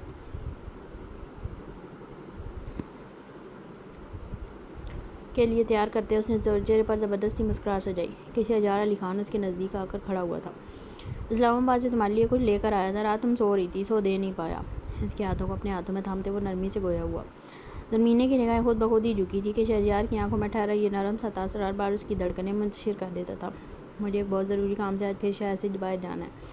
تو رات میں تمہاری تقریب میں شریک نہیں ہو پاؤں گا۔ اس کے اگلے جملے پر زرمین نے دکھ سے نظریں اٹھا کر اسے دیکھا جو بہت ہی نماک سے اس کے ہاتھ میں نازک سا بریسلٹ باندھ رہا تھا جس پر بہت ہی باریک کشیدہ کاری کی گئی تھی۔ زرمین نے کچھ کبھی اسے دیکھتی تو کبھی تعصب سے ہاتھ میں پہنے بریسلٹ کو۔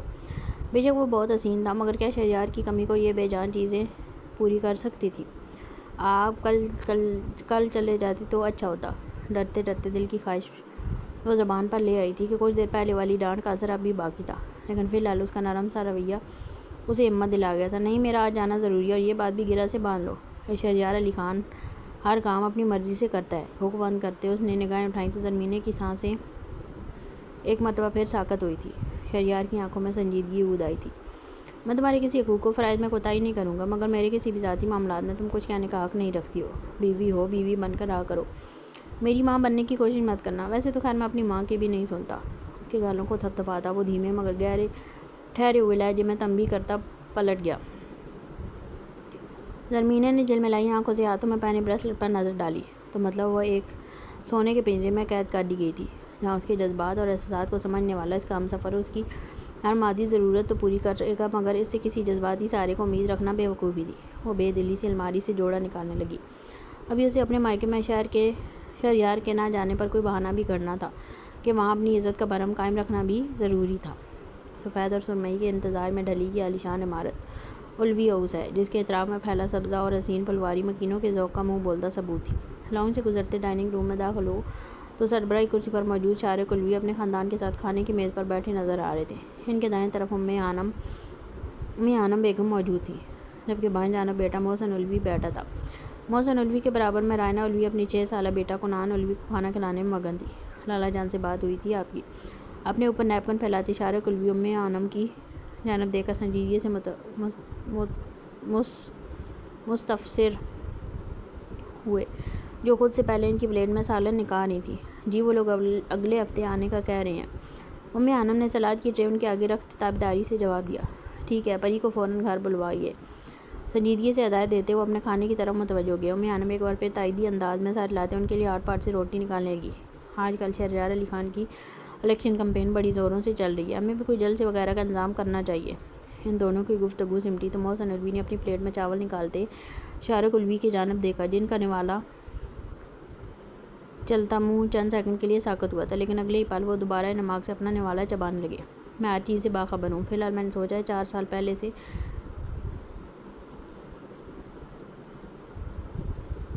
شہر سے ملانے والے جس برج کی سنگ بنیاد رکھی تھی اس کی تعمیر شروع کروا دی جائے۔ نوالا الگ سے اتارتے وہ محسن کی جانب پلٹے تو اس کی آنکھوں میں ان کے لیے ستائش ابھری تھی۔ کون کہتا تھا وہ بوڑھے ہو گئے ہیں؟ وہ آج بھی ثابت کرتے تھے کہ شیر چاہے کتنا ہی بوڑھا کیوں نہ ہو جائے وہ رہتا بادشاہ ہی ہے۔ ابھی کاش میں بھی آپ کی طرح زیرک ہو جاؤں۔ محسن کی حسرت بھری آواز پر شارق اولوی کے ہونٹوں پر ایک مبہم سی مسکراہٹ آئی تھی۔ سیاست گندا کھیل ہے، یہ شطرنج سے زیادہ خطرناک ہوتا ہے۔ ایک غلط بازی انسان کو شہ مات دے دیتی ہے، اس لیے کامیاب ہونا ہے تو اپنی چال سے زیادہ اگلے کی ممکنہ چالوں کو مد نظر رکھتے ہوئے فیصلہ لیا کرو۔ نیپکن سے منہ پونچھتے انہوں نے پانی کا گلاس لبوں سے لگایا تو محسن ایک بار پھر باپ کی سیاسی بصیرت کا قائل ہوا تھا۔ حشمت علی خان اور شارق اولوی کے بیچ وزارت کی رساکشی پچھلے 25 سالوں سے جاری تھی، جو ان کو وراثت میں اپنے باپوں سے ملی تھی۔ ویسے تو پلہ زیادہ تاری شارق اولوی کا بھائی رہتا تھا، مگر جب سے شہریار علی خان نے سیاست میں قدم جمائے تھے معاملہ کچھ الٹا ہوتا جا رہا تھا۔ فی الحال شارق اولوی صوبائی وزیر بلدیات تھا، مگر پھر بھی شہریار علی خان کی اسٹریٹجیز اور پارٹی کی مضبوطی کا اندازہ انہیں اچھی طرح ہو رہا تھا، اور اگر بر وقت انہوں نے کچھ نہیں کیا تو آنے والے الیکشن میں ان کی شکست یقینی تھی۔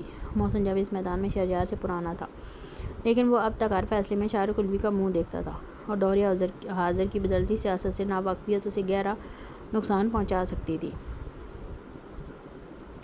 کچھ عرصے کی خاموشی کے بعد آج پھر چور اپنی روش پر اتر آیا تھا، اور اس وقت ایک ATM مشین پر ہاتھ صاف کر رہا تھا۔ بیگ نوٹوں کی گڈیوں سے بھر چکا تھا۔ حسب معمول اپنا کام ختم کر کے اس نے بیگ کندھے پر ڈالا، اندرونی جیب سے اسپرے نکال کر گلاس ڈور پر اپنا چیلنج دیتا میسج لکھا اور رسی پکڑ کر واپس کسی سوراخ سے اوپر چڑھنے لگا جس سے وہ چھت سے نیچے اترا تھا۔ جس وقت گارڈ نے اندر قدم رکھا رسی کا آخری سرا بھی وہ اوپر کھینچ چکا تھا، اور یہ تو سب جانتے تھے کہ سب کے اوپر پہنچنے تک وہ ان کی پہنچ سے دور نکل چکا ہوگا۔ رات کا اندھیرا ارسو پھیلا ہوا تھا۔ لاہور کے اس پوش علاقے میں واقع اس بنگلے کے اطراف مصنوعی روشنیاں جگمگا اٹھیں۔ اندرونی حصے میں ایک دم سناٹا چھایا ہوا تھا۔ نبیہ لیپ ٹاپ پر مگن کسی کام میں مشغول تھی، جب پری سے بنا آواز کا ٹی وی کھولے اپنے موبائل پر مگن دکھائی دیتی تھی۔ دفتن بیل کی آواز لاؤنج میں گونجی تو وہ تیزی سے صوفہ چھوڑتی اٹھی۔ تبھی دیوار پر لگا انٹر کام بھی گنگنا اٹھا۔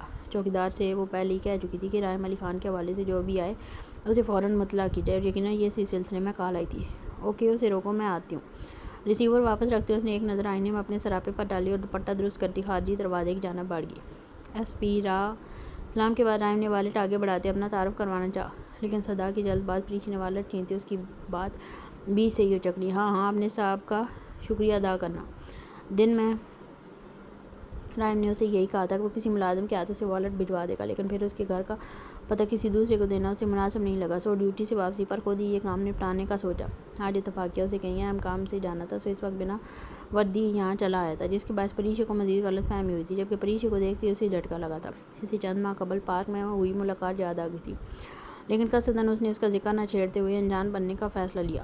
حیرت اسے اس بات پر ہوئی کہ وہ اسے کیسے نہیں پہچانی تھی، اور نہ صرف پہچانی نہیں تھی بلکہ اسے اپنا تعارف کروانے کا موقع بھی نہیں دیا تھا۔ آپ اپنا والٹ چیک کرنے، کوئی کمی بیشی تو نہیں ہے؟ وہ جو پہلے ہی والٹ کے اندر اپنے کارڈز کی تسلی کے لیے جھانکا تاکی کر رہی تھی، چونکتے ہوئے اس کی جانب متوجہ۔ ہاں، سب ٹھیک ہے، اور تمہارا بھی شکریہ۔ دروازہ بند کرتے گویا اس نے جانے کا عندیہ دیا۔ اس کی جلد باز فطرت پر تف بیٹھتا وہ جانے کے لیے پلٹنے لگا، جب عقب سے آتی آواز پر ٹھٹک کر رکنا پڑا۔ اچھا سنو، ہم پہلے کہیں ملے ہیں، مجھے لگ رہا ہے میں نے تمہیں کہیں دیکھا ہے۔ اسے کچھ کھٹکا تو آج کھلے دروازے سے جھانکتے تفتیشی انداز میں مستفسر ہوئی۔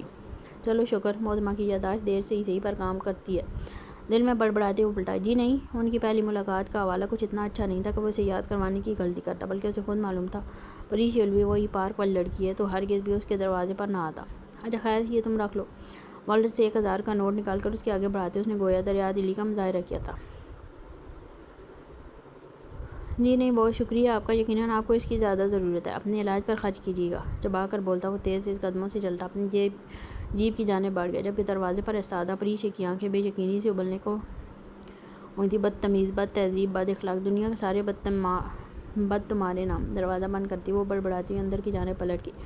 نہ جانے آج کل کیوں ہر کوئی مرچیں چبایا پھرتا رہتا ہے، غضب خدا کا، اخلاق تو جیسے اب چادر تانے کہیں جا سویا ہے۔ خیریت؟ اتنے غصے میں؟ لکڑی کا اندرونی دروازہ دھاڑ کی آواز سے بند کرتے وہ انوس بڑبڑاتی ہوئی لاؤنج میں داخل ہوئی تو نبیہ نے حیرانی سے اس کی جانب دیکھا۔ اس کا چہرہ غصے اور آنت کے احساس سے گلابی پڑا تھا۔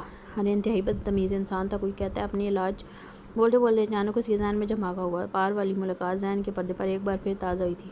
اوہ، تو یہ وہی کھڑوس انسان تھا جس کا میں نے اس دن ذکر کیا تھا۔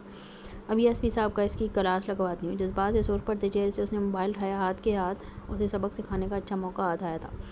کیا ہوا، کچھ بتاؤ تو صحیح۔ نبیہ اس کی ہمیشہ کی طرح آدھی ادھوری بتائی گئی بات پر جھلائی تھی، جو تیزی سے موبائل پر کچھ ٹائپ کرتی صوفے پر دھپ سے بیٹھی تھی۔ یہ وہی بدتمیز انسان ہے جو مجھے پارک میں ملا تھا۔ شاید یہ پولیس ڈپارٹمنٹ میں کوئی اہلکار ہے، یا شاید ایس پی رحم علی خان کا ذاتی ملازم ہے۔ اس دن بھی مجھ سے اتنی بدتمیزی کر کے گیا، اور آج پھر بولتے ہوئے ایک بار پھر ناک کے نتنے پھولے تھے۔ ایسا کیسے وہ اسے بار بار پاگل کا لقب دے سکتا تھا؟ چھوڑو پری، شکایت نہ کرو، کیا پتہ کسی پریشانی میں ہو بیچارہ۔ نبیہ نے گہری سانس بھرتے بالوں کو کھول کر دوبارہ جوڑے میں لپیٹا۔ اسے شک تھا کہیں نہ کہیں پریشا الوی کی غلطی بھی رہی ہوگی، ورنہ یوں ہی تو کوئی 2 بار کسی سے نہیں بھڑکے گا۔ نہیں، ہر بار کیسی پریشانی میں ہوتا ہے، اب کی بار تو نہیں چھوڑوں گی، اور ایک بار آپ مل تو لیں ذرا، اسے کمبخت ہے بھی بڑا خوبصورت، اور اس پر بھرم ایسے مارتا ہے جیسے امریکہ کا صدر ہو۔ پریشا کا پارک والا زخم بھی ایک بار پھر تازہ ہوا تھا۔ اسے آج خوبصورت پلس اکڑو شخص کو سبق سکھانا ہی تھا۔ اوکے، چائے پیو گی؟ میں بنانے جا رہی ہوں۔ نبیہ جانتی تھی وہ اب اس کی نہیں سنے گی، سو اسے اس کے حال پر چھوڑتی کچن کی جانب بڑھ گئی۔ پھوپھو کہاں ہیں؟ کچھ دیر بعد وہ نبیہ کے پیچھے کچن میں داخل ہوئی، جو کپس میں چائے اونڈے رہی تھی۔ امی سو گئی ہیں؟ تمہاری بات ہو گئی؟ نظریں اٹھاتے اس نے سرسری لہجہ اپنایا۔ ہاں، میسج بھیج دیا، جواب نہیں آیا۔ وہ وہیں کاؤنٹر پر ٹاپ پر چڑھ کر بیٹھ گئی۔ جب یہ ہاتھ میں تھا موبائل ایک بار پھر گنگنا اٹھا۔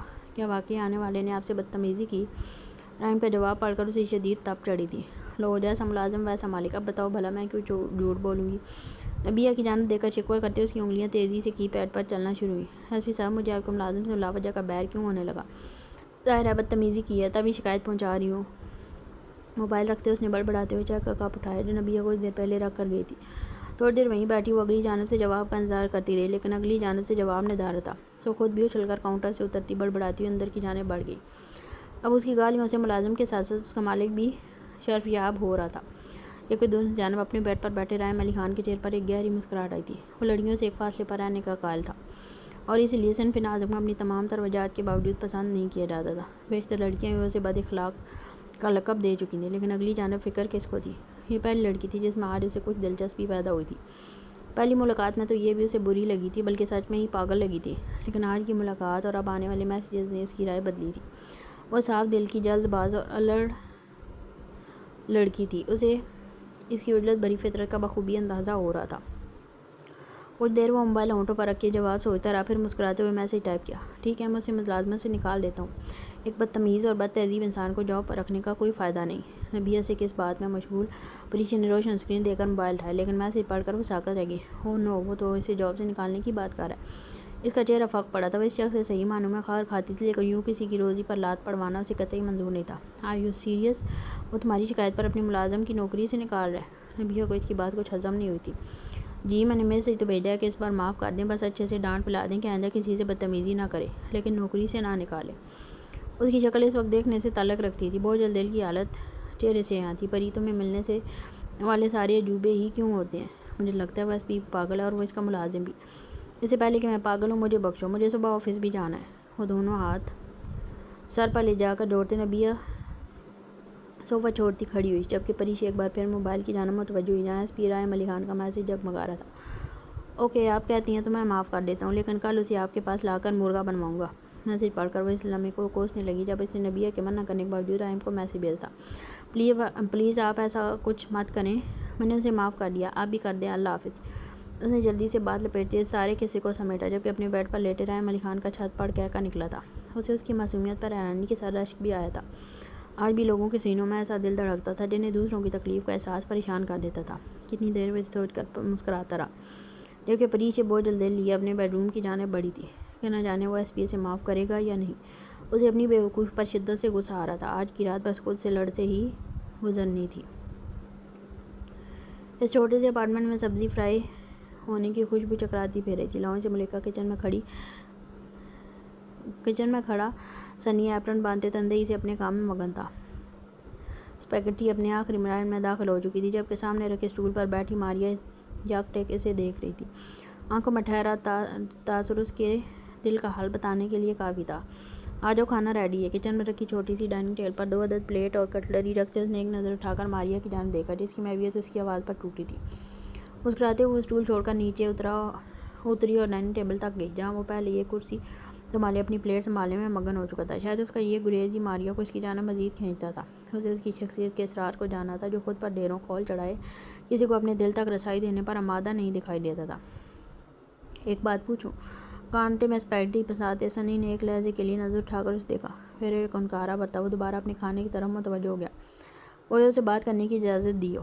تم شادی کیوں نہیں کرتے ہو؟ نوالا چباتا سنی کا منہ کا ایک لمحے کو ساکت ہوا، لیکن اگلے ہی پل وہ گردن جھٹکتا دوبارہ اپنے کھانے کی طرف متوجہ ہو گیا۔ اسے پہلے ہی اندازہ تھا وہ اس قسم کوئی سوال کرنے جا رہی ہے، کیونکہ ہر کچھ دن بعد وہ یہی سوال گھما پھرا کر کیا کرتی تھی۔ کیونکہ دنیا میں شادی کرنا ہی سب سے ضروری کام بچا ہے، اور اگر ہاں تو تم اب تک کیوں اکیلے گھوم رہی ہو؟ نوالا مکمل کرتے اس نے سنجیدگی سوال پر سوال داغا۔ وہ اس کی جانب دیکھنے سے مکمل اعتراض برت رہا تھا، جبکہ ترچھے رخ پر بیٹھی ماریا صاف دیکھ سکتی تھی۔ اس کی کن پٹی کی رگیں ابھری ہوئی تھیں، یعنی وہ اس کے سوال کو بمشکل ضبط کر گیا تھا۔ اور اس کی ساری عادتوں میں سے ایک اس عادت پر بھی وہ فریفتہ تھی کہ اسے اپنے غصے کو قابو کرنا آتا تھا۔ سب سے ضروری تو نہیں کہ لیکن تم جیسا شخص جو اسٹیبلش ہو، ڈیشنگ ہو، اسٹرانگ فیملی بیک گراؤنڈ سے ہو، لڑکیاں اس پر مرتی ہوں، اسے کم از کم شادی کر لینی چاہیے۔ اور جہاں تک میرا سوال ہے تو اگر مجھے ایسا کوئی لڑکا پروپوز کرے تو میں ہاں کرنے میں ایک لمحہ نہیں لگاؤں گی۔ ہمیشہ کی طرح اس نے ڈٹائی سے اس سوال کو اپنے مطلب کے معنی بنائے۔ سنی نے لب پیچھتے کانٹا پلیٹ میں رکھا اور بنا کچھ کہے پلیٹ اٹھا کر سنک کی جانب بڑھ گیا۔ کیا ہوا؟ تم نے کھانا نہیں کھایا؟ وہ کچھ شرمندہ ہوئی تھی، لیکن وہ اس کی بات کا برا منا گیا تھا۔ بھوک نہیں ہے؟ تم بتاؤ تمہارے پروجیکٹ کا کیا ہوا؟ گلاس میں پانی ڈیلتے اس نے بات کا رخ موڑا۔ ماریا جانتی تھی یہ بات کا اندیا تھا کہ وہ مزید اس موضوع پر بات نہیں کرنا چاہتا۔ پروسیسنگ میں جلد ہی کمپلیٹ ہو جائے گا۔ ایک گہرا سانس بھرتے اس نے لب بھینچے۔ لہجہ بیزاری لی ہوا تھا، وہ اسے یوں ہی ٹال دیا کرتا تھا۔ نہ جانے کیوں وہ اس کے دل کے حال سے نظریں چراتا تھا۔ اس کا دل بھی کھانے سے اچاٹ ہو گیا تھا۔ کانٹا پلیٹ میں رکھتے اس نے پانی کے 2 گھونٹ الگ سے اتارے۔ تبھی سنی کی آواز ایک بار پھر اسے سنائی دی۔ وہ بیڈ روم کے دروازے پر کھڑا اس سے مخاطب تھا۔ میں نماز کے لیے جا رہا ہوں، جاتے وقت ڈور لاک کر دینا، اللہ حافظ۔ وہ یوں ہی سائز کسی اگلے کو باہر کا راستہ دکھا دیا کرتا تھا۔ اس نے دل بھی لگایا تو کہاں؟ آنت کے احساس سے اس کا چہرہ گلابی پڑا تھا، جبکہ اس کے حال سے بے نیاز وہ اندر غائب ہو چکا تھا۔ اگلے ہی پل وہ بھی بمشکل اپنے آنسو ضبط کرتی بیگ اٹھا کر اپارٹمنٹ سے نکل گئی۔ تیرا ملنا نہیں ممکن، مگر اتنا تو ممکن ہے کہ تیری آرزو میں زندگی کی شام ہو جائے۔ یونیورسٹی کے اندر روزمرہ والی چہل پہل جاری تھی۔ راہداریوں سے گزرتے طلباء و طالبات بات چیت میں مشغول اپنی کلاسز کی جانب گامزن تھے۔ انہی میں شامل غانیہ بھی جھکی گردن سے سیڑھیاں چڑھتی دکھائی دے رہی تھی۔ جب عقب سے آتی آواز نے اسے اپنی جانب متوجہ کیا۔ ارے غانیہ، کیسی ہو؟ آج بہت دنوں بعد نظر آئیں۔ جانتی ہو وہ بینچ تمہاری یاد میں اداس ہو گئی تھی۔ یہ ارسلان تھا جو اسے دیکھ کر ایک بار پھر خوشگواریت سے بولتا اس کے ساتھ ہی سیڑھیاں چڑھنا شروع ہو گیا تھا۔ غانیہ نے چونک کر گردن موڑی۔ برابر میں چلتے ارسلان پر نظر پڑتے ہی ایک نرم سی مسکراہٹ نے ہونٹوں کو احاطہ کیا تھا۔ ایکچولی میرے ماموں کو ہارٹ اٹیک آ گیا تھا تو بس اسی وجہ سے نہیں آ رہی تھی۔ اب الحمدللہ وہ بہتر ہے۔ ارسلان کو اتنے دن بعد دیکھ کر وہ اسے بہت اچھا لگا تھا۔ نہ جانے اس سے کیا سا رشتہ بن گیا تھا۔ جتنے دن وہ یونیورسٹی نہیں آئی روز ایک مرتبہ اس کا خیال دل میں ضرور آتا تھا۔ اگر آئندہ خدا نخواستہ کسی بھی مدد کی ضرورت ہو تو ضرور بتانا، بلکہ اپنا نمبر دے دو تاکہ تم سے رابطہ کرنے میں آسانی رہے۔ جیب سے اپنا موبائل نکالتے وہ آخری سیڑھی سے ٹک کر کھڑا ہو گیا۔ غانیہ کے لبوں پر ایک پھیکی سی مسکراہٹ آئی تھی۔ وہ اسے اپنا نمبر دینے کا رسک نہیں لے سکتی تھی، نہیں اس کا نمبر اپنے پاس سیو کر سکتی تھی۔ اوکے، بعد میں بات کرتے ہیں، ابھی میری کلاس کا ٹائم ہو رہا ہے۔ Thanks for your concern. اسے ٹالتے وہ تیزی سے راہداری میں آگے بڑھ گئی۔ ارسلان نے کندھے اٹھاتے ایک گہرا سانس خارج کیا۔ تبھی سامنے سے آتی تانیہ پر اس کی نظر پڑی، جس کا چہرہ ناراضگی سے سرخ پڑا تھا۔ کہاں گھوم رہے ہو؟ کب سے ڈھونڈ رہی ہوں تمہیں۔ اس کے نزدیک پہنچ کر وہ خونخوار لہجے میں مستفسر ہوئی، انداز آہستہ، جیسے وہ جانتی سب تھی، بس اس کے منہ سے قبولوانا چاہتی تھی۔ یہیں ہوں، مجھے کہاں جانا ہے؟ کندھے پر پہنے بیگ کے اسٹریپ میں انگوٹھا پھنساتے اس نے لاپرواہی سے شانے اچکائے۔ اسے تانیہ کی اتنی تفتیش اکثر بیزار کر دیا کرتی تھی۔ نہیں، میں دیکھ رہا ہوں، اس مظلومیت کی دکان کے ساتھ تمہیں بہت مزہ آنے لگا ہے۔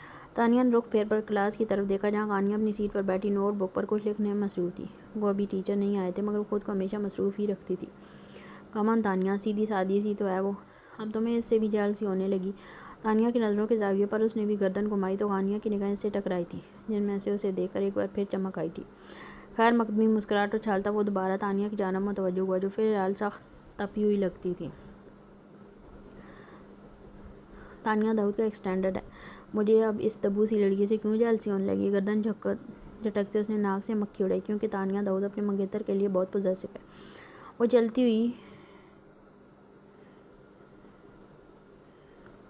ہوئی آواز سے بھی لڑ سکتی ہے کہ اس نے ارسلان خان کو اس کی مرضی کی بنا کیوں چھوا۔ وہ اپنے لیے اس کی عدت یا دیوانگی سے بخوبی واقف تھا، اور فی الحال کسی نئی بحث میں پڑنا نہیں چاہتا۔ سو بات کو مزاح کا رنگ دیتا شرارت سے گویا ہوا۔ ارسلان کی کوشش کامیاب ہو گئی۔ تانیہ کے ہونٹوں پر ایک تفاخرانہ مسکراہٹ ابھری تھی۔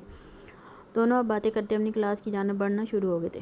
سو تو ہے، خیر ایسی ویسی کیا، مجھے معلوم ہے دنیا کوئی بھی لڑکی ارسلان علی خان کو تانیہ داؤد سے نہیں چھین سکتی۔ اس کی طرف گردن اکڑا کر دیکھتے وہ زام سے گویا ہوئی۔ اسے اپنے رشتے کی مضبوطی اور ارسلان کی وفا اور محبت پر پورا بھروسہ تھا، اور ارسلان علی خان کو بھی تانیہ داؤد کے ہوتے کسی لڑکی کی چاہ نہیں ہے۔ اس کا اقرار تانیہ کے دل پر کن پھوار بن کر برسا تھا۔ محبت سے سرشار دونوں نے کلاس میں قدم رکھے، اس بات سے بے خبر کہ ان دنیا کے آسمانوں سے اوپر عرش معلیٰ پر کاتب تقدیر نے ان کی قسمت میں کچھ اور ہی لکھا تھا۔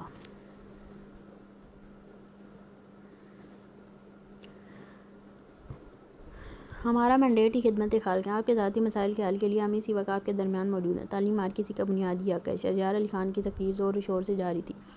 نیچے بھرے مجمع میں لوگ پارٹی کے پرچم لہرا رہے تھے۔ بڑے بڑے بینرز پر شہریار علی خان کی تصاویر چسپاں تھیں۔ تقریر کے بیچ میں چلائے جانے والے پارٹی کے ترانے نوجوانوں کو خون گرماتے تھے تو مجمع میں جوش کی نئی لہر دوڑ جاتی تھی۔ حشمت علی خان اسٹیج پر موجود کرسیوں میں سے ایک پر بیٹھے فخر سے اپنے بیٹے کو دیکھ رہے تھے، جو در حقیقت ان کا دایاں بازو بن گیا تھا۔ ان کی ڈوبتی ہوئی سیاست کو سہارا دینے والا وہی تھا، اور ایک بار پھر ان کا خاندان سیاست کے میدان میں اپنا سکہ جمانے والا تھا۔ کیا آپ ایک بہتر پاکستان دیکھنا چاہتے ہیں؟ شہریار کے سوال پر پنڈال سے بیک خامی میں آوازیں گونجی تھیں۔ یہ ملک آپ کا ہے، آپ اس کے مالک ہیں، اسے ان ہاتھوں میں سونپیں جو آپ کے اور آپ کے بچوں کے مستقبل کو محفوظ کر سکے۔ چاروں طرف سے کیمروں کے فلیش کو چکا چوندھ میں کھڑا وہ جوش سے بول رہا تھا۔ سوشل میڈیا پر اس کے لائیو کلپس دھڑا دھڑ اپلوڈ ہو رہے تھے۔ اس کا ہر جلسہ کامیاب جا رہا تھا، وہ نوجوانوں میں مقبول ہوتا جا رہا تھا۔ کچھ دیر بعد تقریر ختم ہوئی تو پارٹی کی طرف سے تمام مجمع کو ڈنر باکسز بانٹے جانے لگے، جنہیں حاصل کرنے کے لیے لوگ ٹوٹے پڑے تھے۔ یہی تو وقت تھا جب سیاستدان انہیں اہمیت دیتے تھے، انہیں پوچھتے تھے، ان کے مسائل سنے جاتے تھے، انہیں مختلف اجلاس میں اچھا کھانے کو دیا جاتا تھا۔ حکومت آنے کے بعد تو وہ ان کی شکلیں بھی بھول جاتے تھے۔ جبکہ حشمت علی خان اور شہریار علی خان اب گارڈز کی ہمراہی میں اسٹیج سے اتر کر گاڑی کی طرف بڑھے تھے۔ خیر یار، تم ان جلسوں میں ضرورت سے زیادہ پیسہ نہیں خرچ کر رہے ہو؟ مطلب ڈنر باکسز کے بجائے بریانی کے پیکٹس بھی بانٹے جا سکتے تھے۔ گاڑی رش کو چیرتی کچھ آگے بڑھی تو عصمت علی خان برابر میں شانہ انداز بیٹھے اپنے بیٹے سے تفکر سے مستفسر ہوئے۔ بابا جتنی ضرورت ہے اتنا ہی کر رہا ہوں، یقین کریں اس سب سے ہمیں تو فائدہ ہونے والا ہے مگر ساتھ ساتھ لوگوں کا بھی ہوگا۔ میں در حقیقت بدلاؤ لانا چاہتا ہوں، لوگوں کے لیونگ سٹینڈرڈز بڑھانا چاہتا ہوں۔ انشاءاللہ اگر اس بار ہماری حکومت بن گئی تو میری کوشش ہوگی کہ آئندہ والوں کے لیے ہائی بار سیٹ کر دوں۔ کھڑکی سے نظر آتے لوگوں کو ہاتھ ہلاتے اس نے گردن موڑ کر عصمت علی خان کو دیکھا، جن کی سیاسی ساکھ کی ساری ذمہ داری اب ان کے سونار ثبوت پر تھی۔ مجھے تم پر بھروسہ ہے، فخر اور مان ان کے لہجے سے چھلکتا۔ شہریار کے چہرے پر بھی گہری مسکراہٹ آئی تھی۔ ویسے آج کل مخالفوں میں بڑا سناٹا چھایا ہوا ہے، جلسوں تو دور کارنر میٹنگ سخت نہیں ہو رہی۔ آنکھیں چودھائے وہ کسی غیر مرئی نقطے کو دیکھتے پرسوچ انداز میں گویا ہوئی۔ بابا میرے خیال سے وہ وقت آنے پر کچھ بڑا کرنے کا سوچ رہے ہیں۔ بہرحال آج نہیں تو کل بلی تھیلے سے باہر آ جائے گی، اندر ضرور کوئی کھچڑی پک رہی ہے۔ ان کی کیمپین اچھی چل رہی تھی، جلسوں میں لاکھوں نہیں تو ہزاروں لوگ تو شریک ہو رہے تھے، لیکن فی الحال ان دونوں باپ بیٹے کی نظر اپنے روایتی حریف یعنی اولویز پر جمی ہوئی تھی۔ Let's see. اچھا وہ میں نے رائم سے تمہاری سیکیورٹی کے لیے بات کیا، وہ کہہ رہا تھا کچھ دنوں میں دیکھ کر بندے بھیجے گا۔ کچھ خیال آنے پر انہوں نے گفتگو کا رخ موڑا۔ بابا میرے گارڈز کافی ہیں۔ اس کے انداز میں بے فکری تھی۔ نہیں شہریار، کامیابی اور شہرت دشمن بھی ساتھ لاتی ہے، مجھے تمہارے لیے وہ دونوں ناکافی لگتے ہیں۔ ایک دو دن میں خود انٹرویو کر کے تمہارے گارڈز فائنل کروں گا۔ گاڑی پوچھ میں رکی تو کلام کا سلسلہ منقطع ہوا۔ شہریار ان کی بات سے متفق تھا یا نہیں، لیکن فی الحال خاموش ہو گیا تھا۔ دونوں اب گاڑی سے اترتے حویلی کے اندرون حصے کی جانب بڑھ رہے تھے۔ اولوی ہاؤس کے لاؤنج میں اس وقت خوشگوار ماحول میں شام کی چائے کا دور چل رہا تھا۔ پریشی اور پرائنا بات چیت میں مشغول تھی۔ نزدیک ہی پیچھے رکھ پر کنان بیٹھا لیگو سے کچھ بنانے میں مصروف دکھائی دیتا تھا۔ بھابھی میں تو کہتی ہوں آپ بھی میرے ساتھ اس کام میں شامل ہو جائیں، آپ کی کریٹیو سکلز اتنی اچھی ہیں، کیوں بلا وجہ اپنا ٹیلنٹ ضائع کر رہی ہیں۔ چائے کا گھونٹ بھرتی رائنا کا ہاتھ ایک پل کو ساکت ہوا، اگلے ہی لمحے وہ گردن چٹکتی کپ کو لبوں سے لگا گئی۔ پریشی دیکھ سکتی تھی، اس کے ہونٹوں پر پھیکی سی منسی امڑ آئی تھی۔ پر یہ جو ہمارے خاندان کے مرد ہیں نا، انہیں بچپن سے حکمیت کا سبق پڑھایا جاتا ہے، انہیں اپنے گھر کی عورتیں محکوم ہی اچھی لگتی ہیں۔ کپ میز پر رکھتے ہوئے آزودگی سے گویا ہوئی۔ پریشی کو اس کی بات پسند نہیں آئی تھی، اس کے گھر کے مرد تو ہرگز ایسے نہیں تھے۔ اس کے ابی اور بھائی نے تو آج تک اس پر کوئی روک ٹوک نہیں کی تھی۔ اس سے پہلے وہ کوئی جواب دیتی، سامنے سے اشارے کلوی آتے دکھائی دیے۔ پریشی کے چہرے پر خوشی کے رنگ چھلکے تھے۔ کتنے دنوں بعد وہ انہیں دیکھ رہی تھی۔ بچپن کی طرح بھاگتی ہوئی وہ دروازے تک گئی اور ان سے لپٹ گئی۔ اشارے کلوی نے بھی اسے اپنے اثار میں لیتے ماتھے پر بوسہ دیا۔ رسمی سلام دعا کے دوران دونوں لاؤنج میں داخل ہو گئے۔ رائنا تب تک لاؤنج چھوڑ کر جا چکی تھی۔ آپ اور بیا کیسے ہیں؟ ان کے کندھے کے گرد بازو امائل کرتے وہ صوفے پر اس کے ساتھ ہی براجمان ہوئے۔ اشارے کلوی کی بہن گل بار بانو کے شوہر جو ان کے چچیرے بھائی بھی لگتے تھے، اشارے کلوی کی پارٹی کے اہم رکن تھے، چند سال پہلے ہارٹ اٹیک سے انتقال کر گئے تھے جب سے اشارے کلوی نے اپنی بہن اور بانجی کو اپنے شہر والے بنگلے میں شفٹ کر دیا تھا۔ پچھلے 2 سالوں سے پریشی بھی اپنے کام کے سلسلے میں ان کے ساتھ رہ رہی تھی۔ اس نے 2 سال پہلے ہی ایونٹ مینجمنٹ کا کورس مکمل کیا تھا اور اپنی ذاتی ایونٹ آرگنائزیشن چلا رہی تھی، سو اس کی رہائش بھی ان دونوں کے ساتھ ہی تھی۔ جی بالکل ٹھیک ہیں، پھپھو آج میرے ساتھ آنا چاہ رہی تھی، مگر بیا آپی کو کچھ ضروری کام تھا تو کہہ رہی تھی اگلی بار چکر لگائیں گی۔ ارے آپ آ گئے، کب سے آپ کی لاڈلی آپ کا انتظار کر رہی تھی۔ اس سے پہلے کہ اشارے کلوی سے کوئی جواب دیتا امی خانم مسکراتی ہوئی لاؤنج میں داخل ہوئی۔ ہاں اس دفعہ تو پری نے ہمیں خاص انتظار کروایا ہے، آپ کی بات تو لمبے عرصے کے لیے آئی ہو نا۔ موبائل پر آنے والے میسج پر ایک نظر ڈالتے انہوں نے رخ موڑ کر پریشی کو دیکھا، جو اناؤنس ان کے کندھے سے لگی بیٹھی لاڈ اٹھا رہی تھی۔ ابھی بس 2 دن کے لیے آئی ہوں، اگلے ہفتے مجھے 2 ایونٹ آرگنائز کرنے ہیں، تو کافی مصروف ہوں۔ ہلکی سی گردن اٹھا کر جواب دیتے وہ بے بسی سے کندھے اچکا گئی کہ جانتی تھی اشارے کلوی کو اس کا اتنا کم وقت کے لیے آنا پسند نہیں آتا تھا۔ آپ کے ابی نے بچپن میں آپ کی بات لالا کے بیٹے جواز سے طے کر دی تھی، اگلے ہفتے کو وہ لوگ باقاعدہ آ کر رسم کرنا چاہتے ہیں۔ آپ کے ابی کی خواہش ہے کہ اب آپ اپنے سارے شوق پورے کر چکے ہیں، سو اب گھر میں بیٹھیے اور شادی کی تیاریاں کیجیے۔